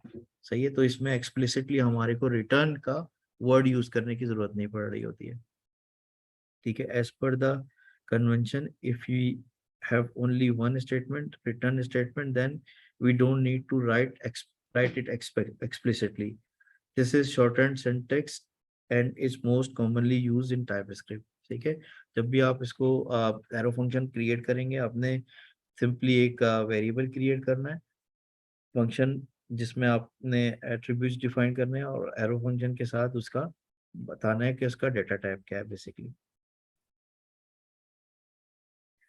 ठीक है, इसी तरीके से कॉल बैक पैरामीटर्स क्या है। कॉल बैक क्या होता है कि जो भी हमने डिफाइन किया, callback function is defined as a function passed into another function. मुझे क्या करना है, भी मैंने फंक्शंस के अंदर जो भी रिजल्ट परफॉर्म किया है, जो भी रिजल्ट रिटर्न हुआ है, अब उसको कॉल बैक करके मुझे किसी और फंक्शन के अंदर मुझे इसको रिटर्न कराना है, तो बेसिकली मैं कॉल बैक का एलिमेंट यूज करूंगा। ठीक है, कॉल बैक का आर्गुमेंट यूज करूंगा which is then invoke inside the outer function to complete the desirable routine और एक्शन। ठीक है, फॉर एग्जांपल मैंने ऐसा एक फंक्शन लिखा जिसकी जिसकी मुझे कुछ फर्दर हेल्प रिक्वायर्ड है किसी और एट्रीब्यूट्स के थ्रू, तो मैं हमेशा कॉल बैक फंक्शन यूज करके उसको रिटर्न कराऊंगा और उस डिफरेंट फंक्शन के अंदर उसको मूव करवा दूंगा। ठीक है, functions type parenthesis, function type may be placed anywhere that another type would be used that includes union types. In union type, parenthesis may be used to indicate which part of annotation is the function returned or the surrounding union types. ठीक है, इसमें example देख लेते हैं हम लोग। For example मैंने एक एरो फंक्शन क्रिएट किया, इसका नाम मैंने वेरिएबल का नाम लिखा रिटर्न स्ट्रिंग और अनडिफाइंड, एरो टाइप स्ट्रिंग या अनडिफाइंड, इसमें इन दोनों में से कोई एक इसकी जो है वो डेटा टाइप होगी, और लेट में be return string with string और अनडिफाइंड। तो इसको इन दो में से कोई एक तरीके को यूज करते हुए मैं अपना एरो टाइप का फंक्शन में एक्सप्लेन डिफाइन कर सकता हूँ। सही है, एग्जांपल देख लेते हैं। TypeScript can infer the type of parameter in a function. The song and index parameter here are inferred by TypeScript to be string or number string, respectively. मैं इसका एक एट्रीब्यूट क्रिएट करता हूँ सॉन्ग के नाम पे।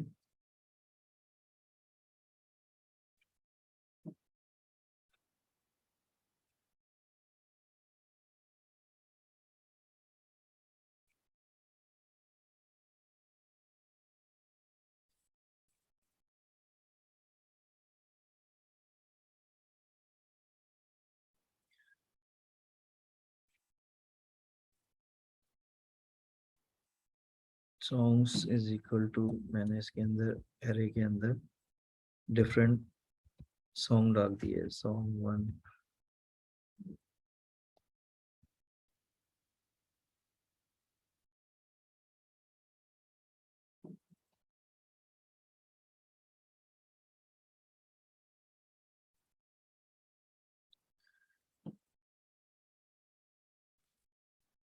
ठीक है जी, इसको मैं एक सॉन्ग के नाम पे मैंने कांस्टेंट क्रिएट किया। अब मैं इसको एक फंक्शन के थ्रू इसको कर लेता हूँ, फंक्शन रन ऑन सॉन्ग।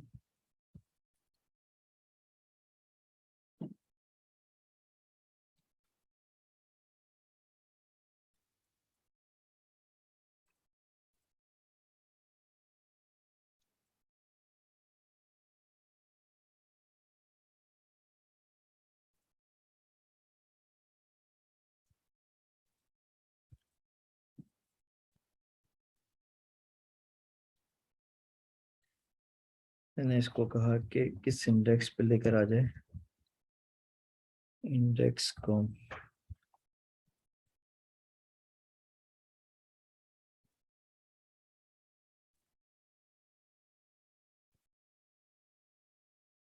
और फिर मैंने एक एरो फंक्शन क्रिएट कर लिया और इसको दे दिया मैंने स्ट्रिंग। ठीक है,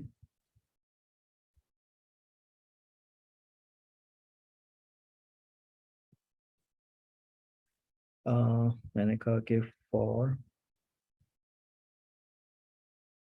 लेट, अच्छा लेट में, इसमें फॉर के लूप में हम लोग क्या करते हैं कि एक एट्रीब्यूट वेरिएबल क्रिएट कर लेते हैं, जिसमें हम लोग मैंने फॉर एग्जांपल वेरिएबल का नाम दिया मैंने आई, और इसको मैंने रीसेट करा दिया, इसकी वैल्यू जो डिफॉल्ट वैल्यू है वो 0 दे दी।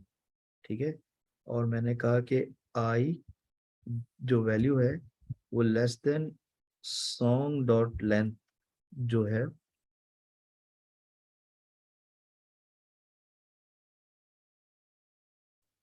Songs dot length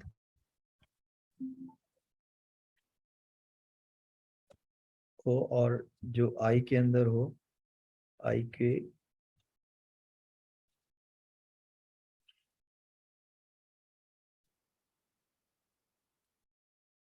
equal to 1, इसके अंदर उसके अंदर इंक्रीमेंट करते रहे। ओके, और इसको मैं करता ये हूँ कि कंसोल डॉट लॉग,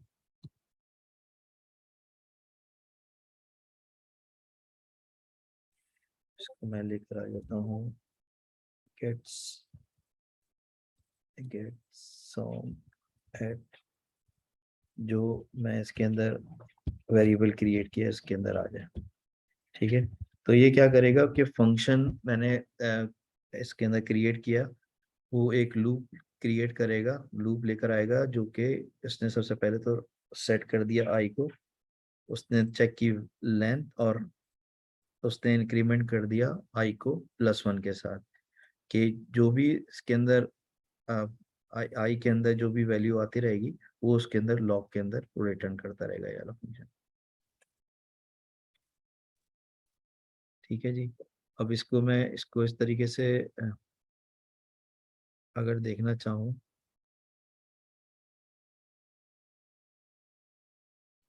इसको एक और फंक्शन में क्रिएट कर लेता हूँ, function gate song eight,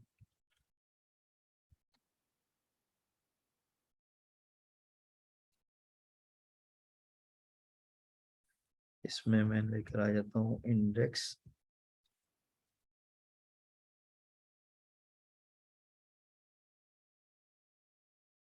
number आ गया, और इस पे मैं रिटर्न करा लेता हूँ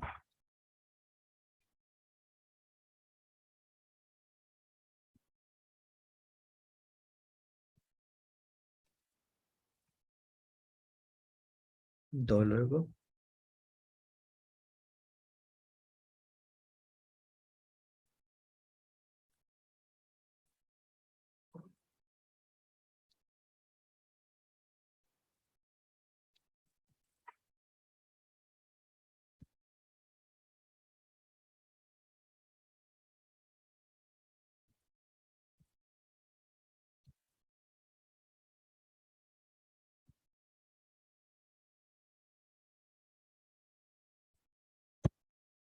ठीक है जी, ये वाला मैंने गेट सॉन्ग्स एट जो मैंने रिटर्न करा लिया।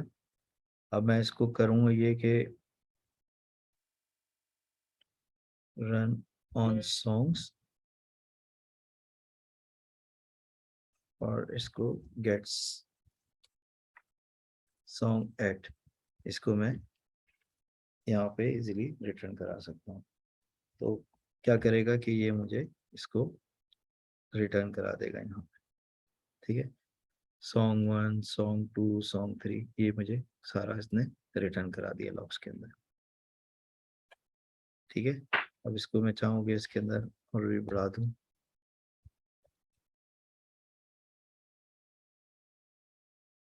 सॉन्ग 4 कर दूँ, ठीक है। इसने मुझे पूरे लूप के साथ ये कंप्लीट इसने फंक्शन मेरे को रिटर्न करा दिया।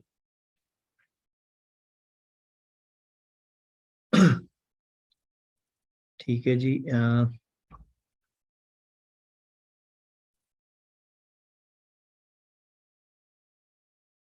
अभी तक का कोई क्वेश्चन, कोई कंफ्यूजन आप लोगों में से किसी के है तो पूछ लीजिए प्लीज।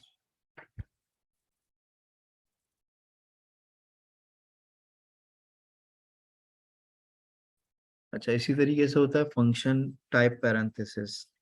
फंक्शन टाइप पैरेंथेसिस हम लोग क्या करते हैं कि कहीं पे भी इसको हम लोग रिप्लेस कर देते हैं जहाँ पे हम लोगों को यूज करना होता है टाइप स्क्रिप्ट को। बेसिकली स्पेसिफिकली अगर हम लोग बात करें यूनियन टाइप्स की, पैरेंथेसिस जो है वो यूज होते हैं लाइक इंडिकेट करने के लिए कि किस पार्ट किस एनोटेशन पार्ट का जो है वो फंक्शन हम लोगों ने रिटर्न करना है surrounding of any union type. तो इसको हम लोग किस तरीके से डिफाइन कर सकते हैं। फॉर एग्जांपल मैंने एक इसको डिफाइन किया कि रिटर्न ऑफ स्ट्रिंग और अनडिफाइंड का मैं बना देता हूँ अनडिफाइंड, ठीक है। ये मैंने एक बनाया, इसको मैंने कहा कि इसमें हम जो है वो एरो फंक्शन मूव कर लेते हैं। एरो फंक्शन के अंदर हमारे पास या तो इसको ये हम स्ट्रिंग डिफाइन कर सकते हैं, या इसको मैं चाहूँ कि अनडिफाइंड करना है तो ये इसको मैं इस तरीके से भी डिफाइन कर सकता हूँ किसी वेरिएबल को, सही है। और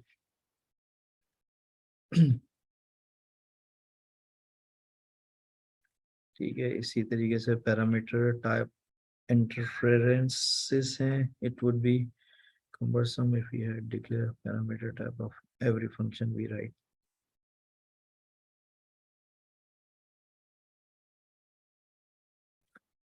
सही है।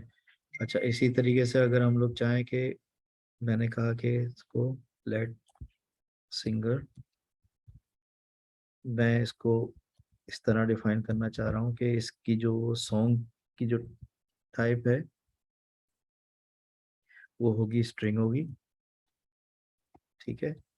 और इसको मैं इस तरीके से इसमें डिफाइन कर सकता हूँ। ये भी एक तरीका है, इसको हम लोग कह रहे होते हैं कि ये जो हमने डिफाइन किया है वो इन्फेरेंसेस के थ्रू हम लोग इसको डिफाइन कर रहे होते हैं बेसिकली।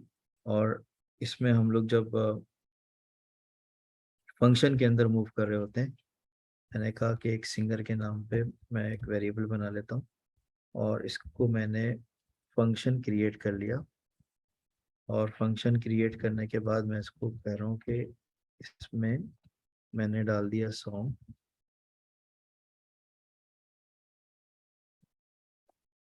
और इसकी जो मैं रिटर्न टाइप कर लेता हूँ रिटर्न, इसको सिंपली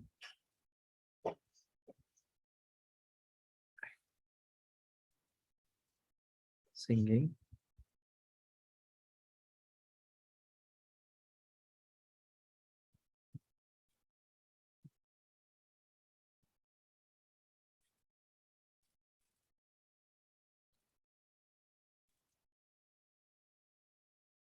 टू अपर केस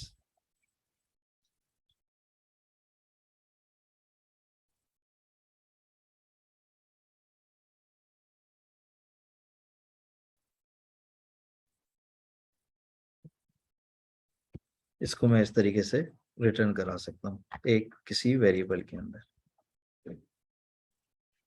ठीक है जी।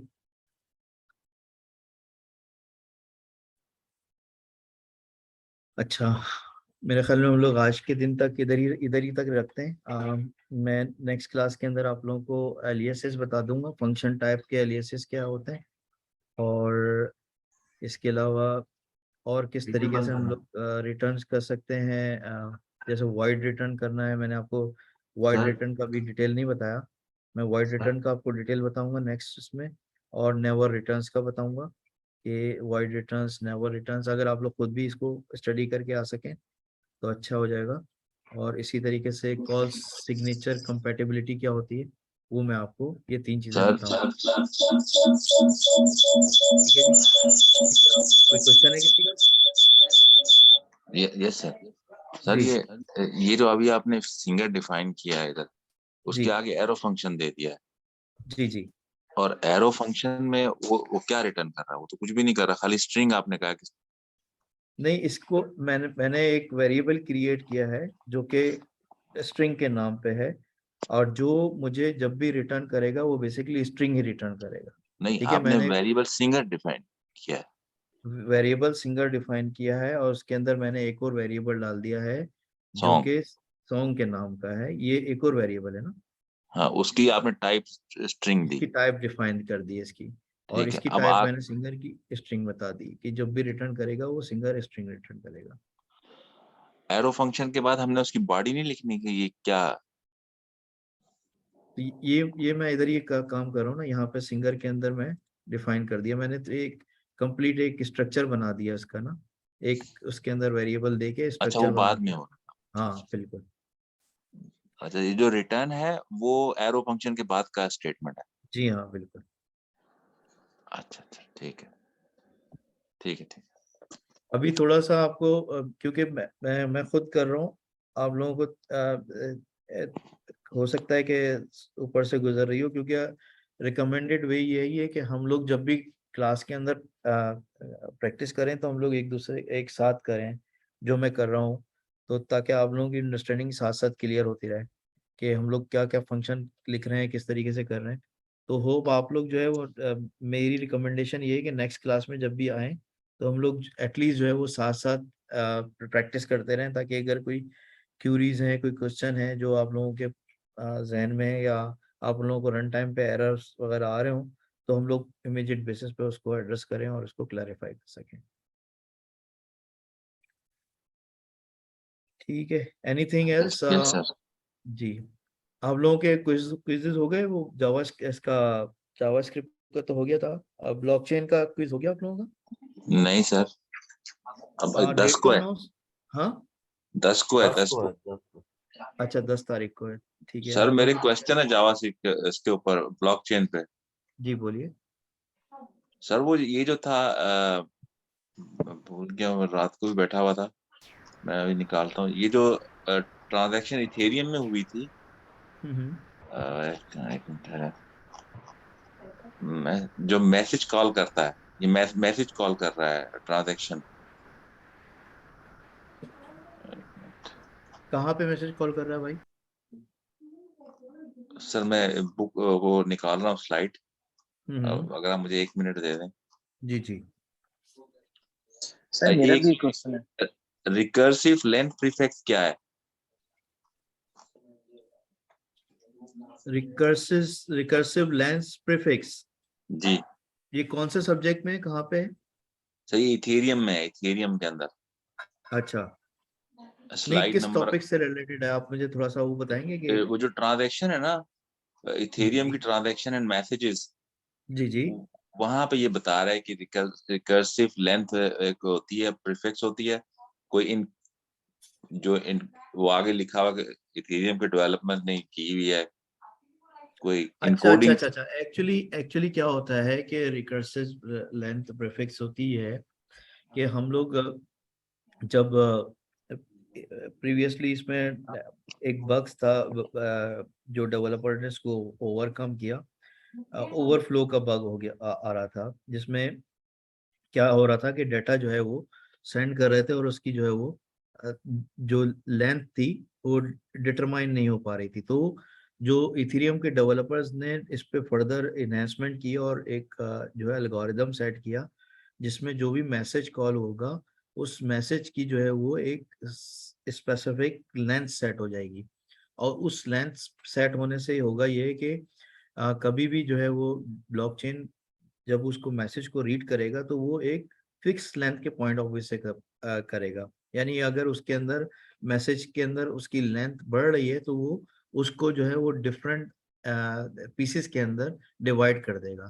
ठीक है, तो ये बेसिकली इसके अंदर इन्होंने डेवलपर्स ने काम किया था और उसको इम्प्लीमेंट किया हुआ है।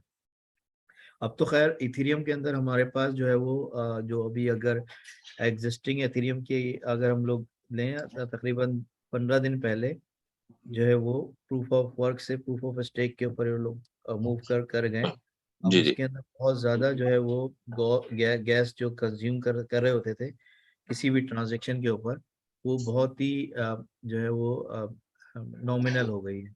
इवन जो है मैंने कल एक कॉन्ट्रैक्ट डिप्लॉय किया इथेरियम के ऊपर, वो बहुत ही कम गैस उसके अंदर कंज्यूम हुई। मैंने जो है वो 1 ईथर के अंदर भी एक कॉन्ट्रैक्ट डिप्लॉय किए हैं, तो वो बहुत ज़्यादा एक्सपेंसिव होता था पहले। तो अभी इन्होंने काफ़ी इस पे प्रूफ ऑफ स्टेक के ऊपर काम किया है, तो काफ़ी इन्होंने इकोनॉमिकल इसको कर लिया है इथेरियम को। अच्छा सर, ये मेटामास्क एचडी वॉलेट है, हिरार्टिकल? सॉरी, जो जो मेटामास्क है वो एचडी वॉलेट है? नहीं, मेटामास्क एचडी वॉलेट नहीं है, मेटामास्क आपका ब्राउजर बेस्ड वॉलेट है। नहीं, वो जो एचडी वॉलेट की वो है कि एक निमोनिक होती है उससे बनता है, वो भी तो उससे बन रहा है। नहीं निमोन देखिए, एचडी वॉलेट बेसिकली क्या है कि हार्डवेयर में आप इसको सेव कर सकते हैं। बेसिकली जो डिफरेंट टाइप ऑफ वॉलेट्स है उसमें एक तो ब्राउजर बेस्ड वॉलेट है और एक पेपर वॉलेट भी है और एक एचडी वॉलेट भी है। एचडी वॉलेट बेसिकली आपका क्या होता है कि एक तरीके से यूएसबी की तरह आपके पास सेव हुआ होता है, उसको आप डिटेक्ट भी कर सकते हैं और अटैच भी कर सकते हैं at any point of time. आप अगर इसको फर्दर स्टडी करें, लेजर वॉलेट आप स्टडी कीजिएगा तो आपको फर्दर क्लासेस आप इसको आपके कॉन्सेप्ट क्लियर हो जाएंगे। आप ब्राउज कीजिएगा एचडी वॉलेट और लेजर वॉलेट तो आपको एक्सप्लेन हो जाएगा। लेकिन जो आपका मेटामास्क वॉलेट है वो आपका बेसिकली ब्राउजर बेस्ड वॉलेट है। अगर अच्छा, आपको नजर आ रहा हो कि मेरे पास स्क्रीन पे, ये बेसिकली आपका जो है मेटामास्क वॉलेट है और ये ब्राउजर बेस्ड वॉलेट है बेसिकली। ठीक है, अच्छा सर, ये इसकी इथेरियम की ट्रांजैक्शन है, उसमें एक फील्ड है इनिट और इनपुट। कहाँ पे भाई? आप मुझे ट्रांजैक्शन शेयर करेंगे? हम्म।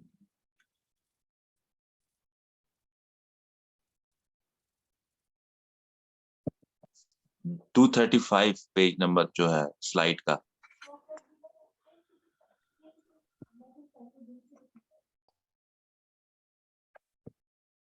स्लाइड का 235 मुझे ओपन करनी पड़ेगी भाई। मैं क्या सेंड करूं आपको इस पे? अगर मैं ओपन कर रहा हूँ, स्लाइड होल्ड करें।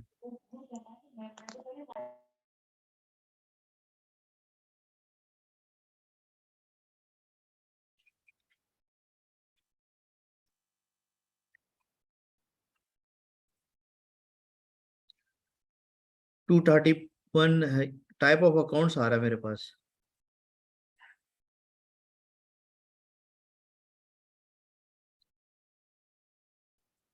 235 235 235 ट्रांजैक्शन एंड मैसेजेस। जी जी सर।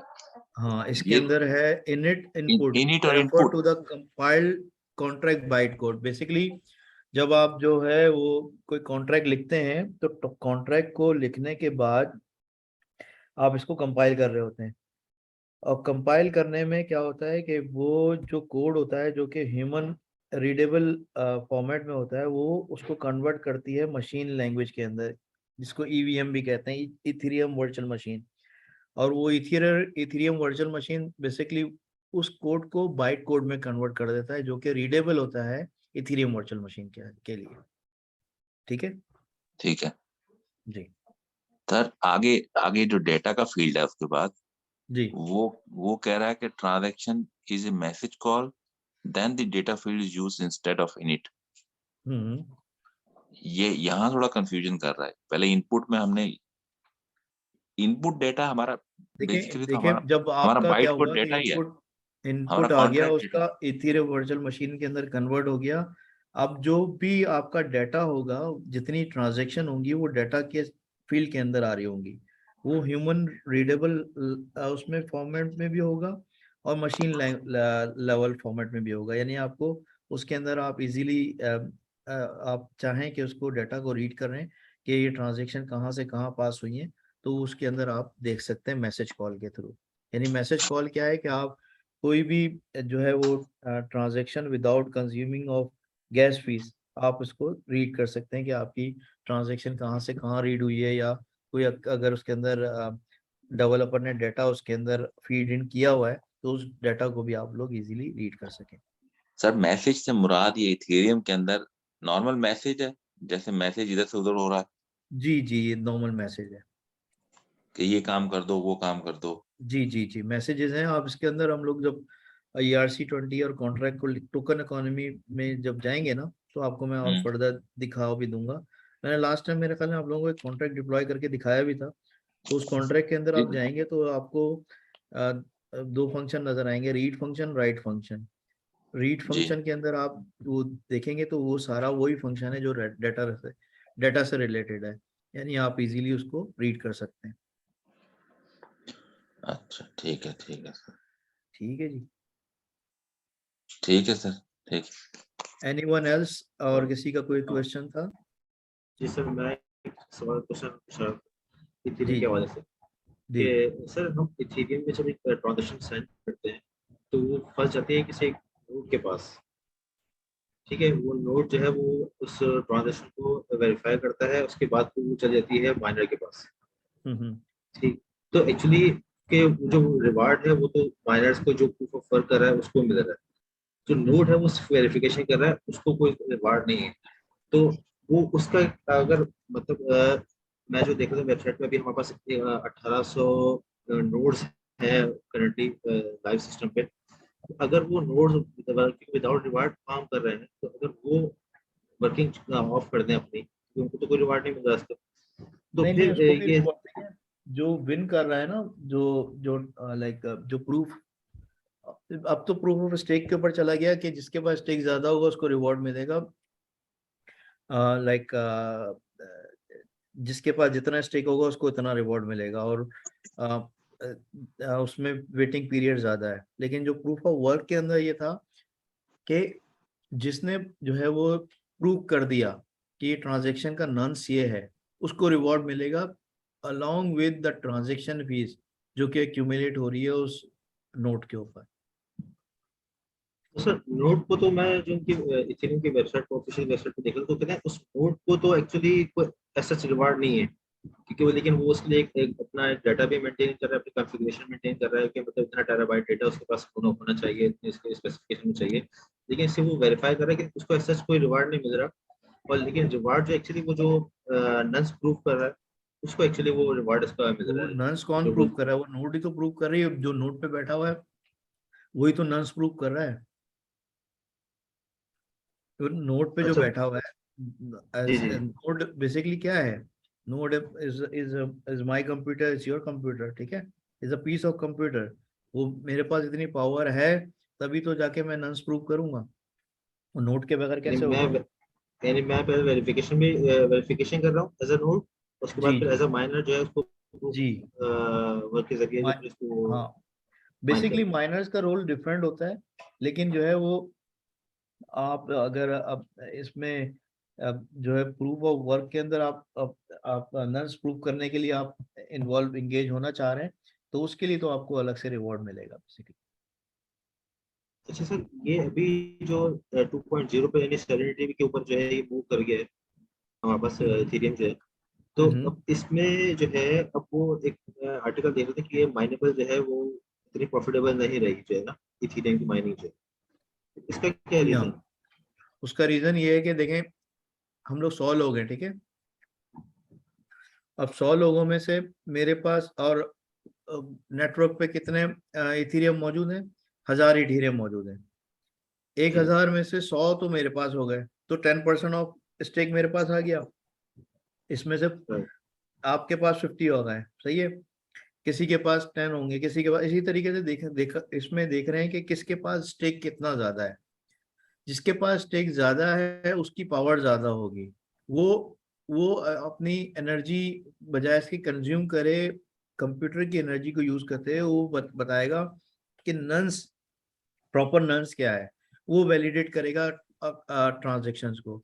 जब उसने वैलिडेट किया ट्रांजेक्शन, जैसे ही उसने वैलिडेट किया, क्योंकि मेरे पास ज्यादा स्टेक अवेलेबल है तो मेरे पास ज्यादा राइट है कि मैं सबसे पहले इंटरेक्ट करूं कंप्यूटर में और अपने आप को प्रूव कर सकूं कि भाई हाँ ये नंस है, इसको वैलिडेट होना चाहिए।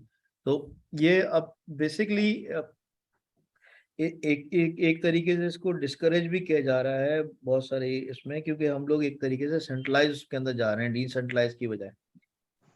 यानी मतलब अभी जिसके पास ज्यादा स्टेक होगा वही ज्यादा पावरफुल होगा और वही जो है वो डोमिनेट करेगा नेटवर्क को।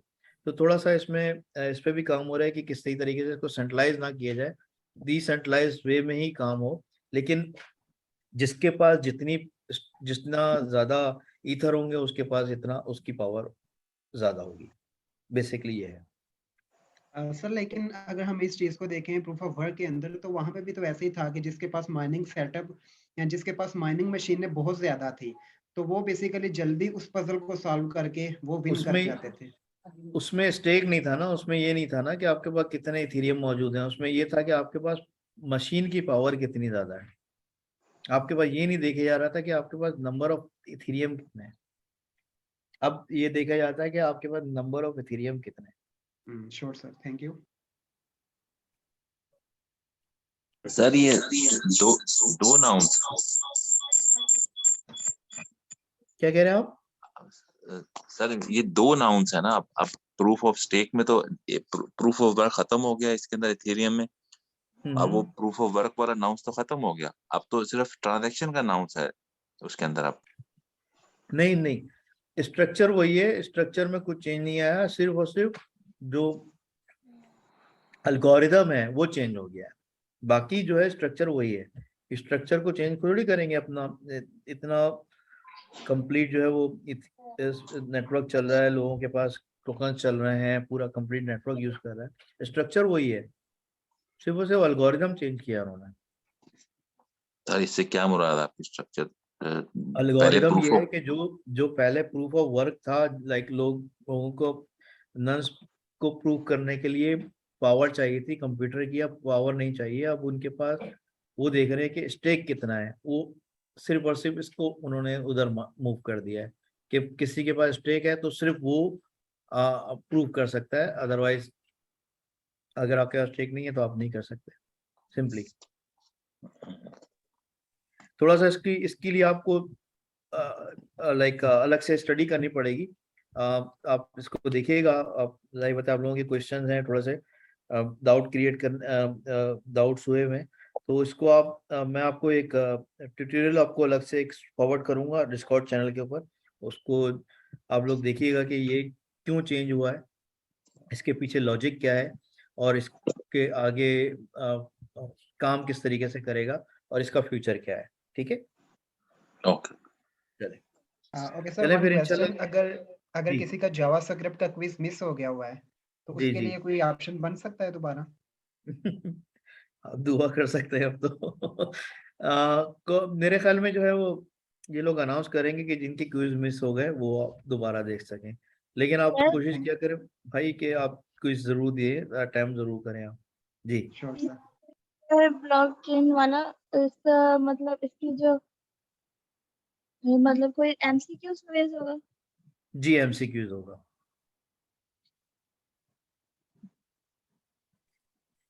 ठीक है, चले जी अपनी क्लास को इधर एंड करते हैं हम लोग, इंशाल्लाह नेक्स्ट वीक मिलते हैं हम लोगों के साथ। अपना ख्याल रखिएगा। अस्सलाम वालेकुम, अल्लाह हाफिज।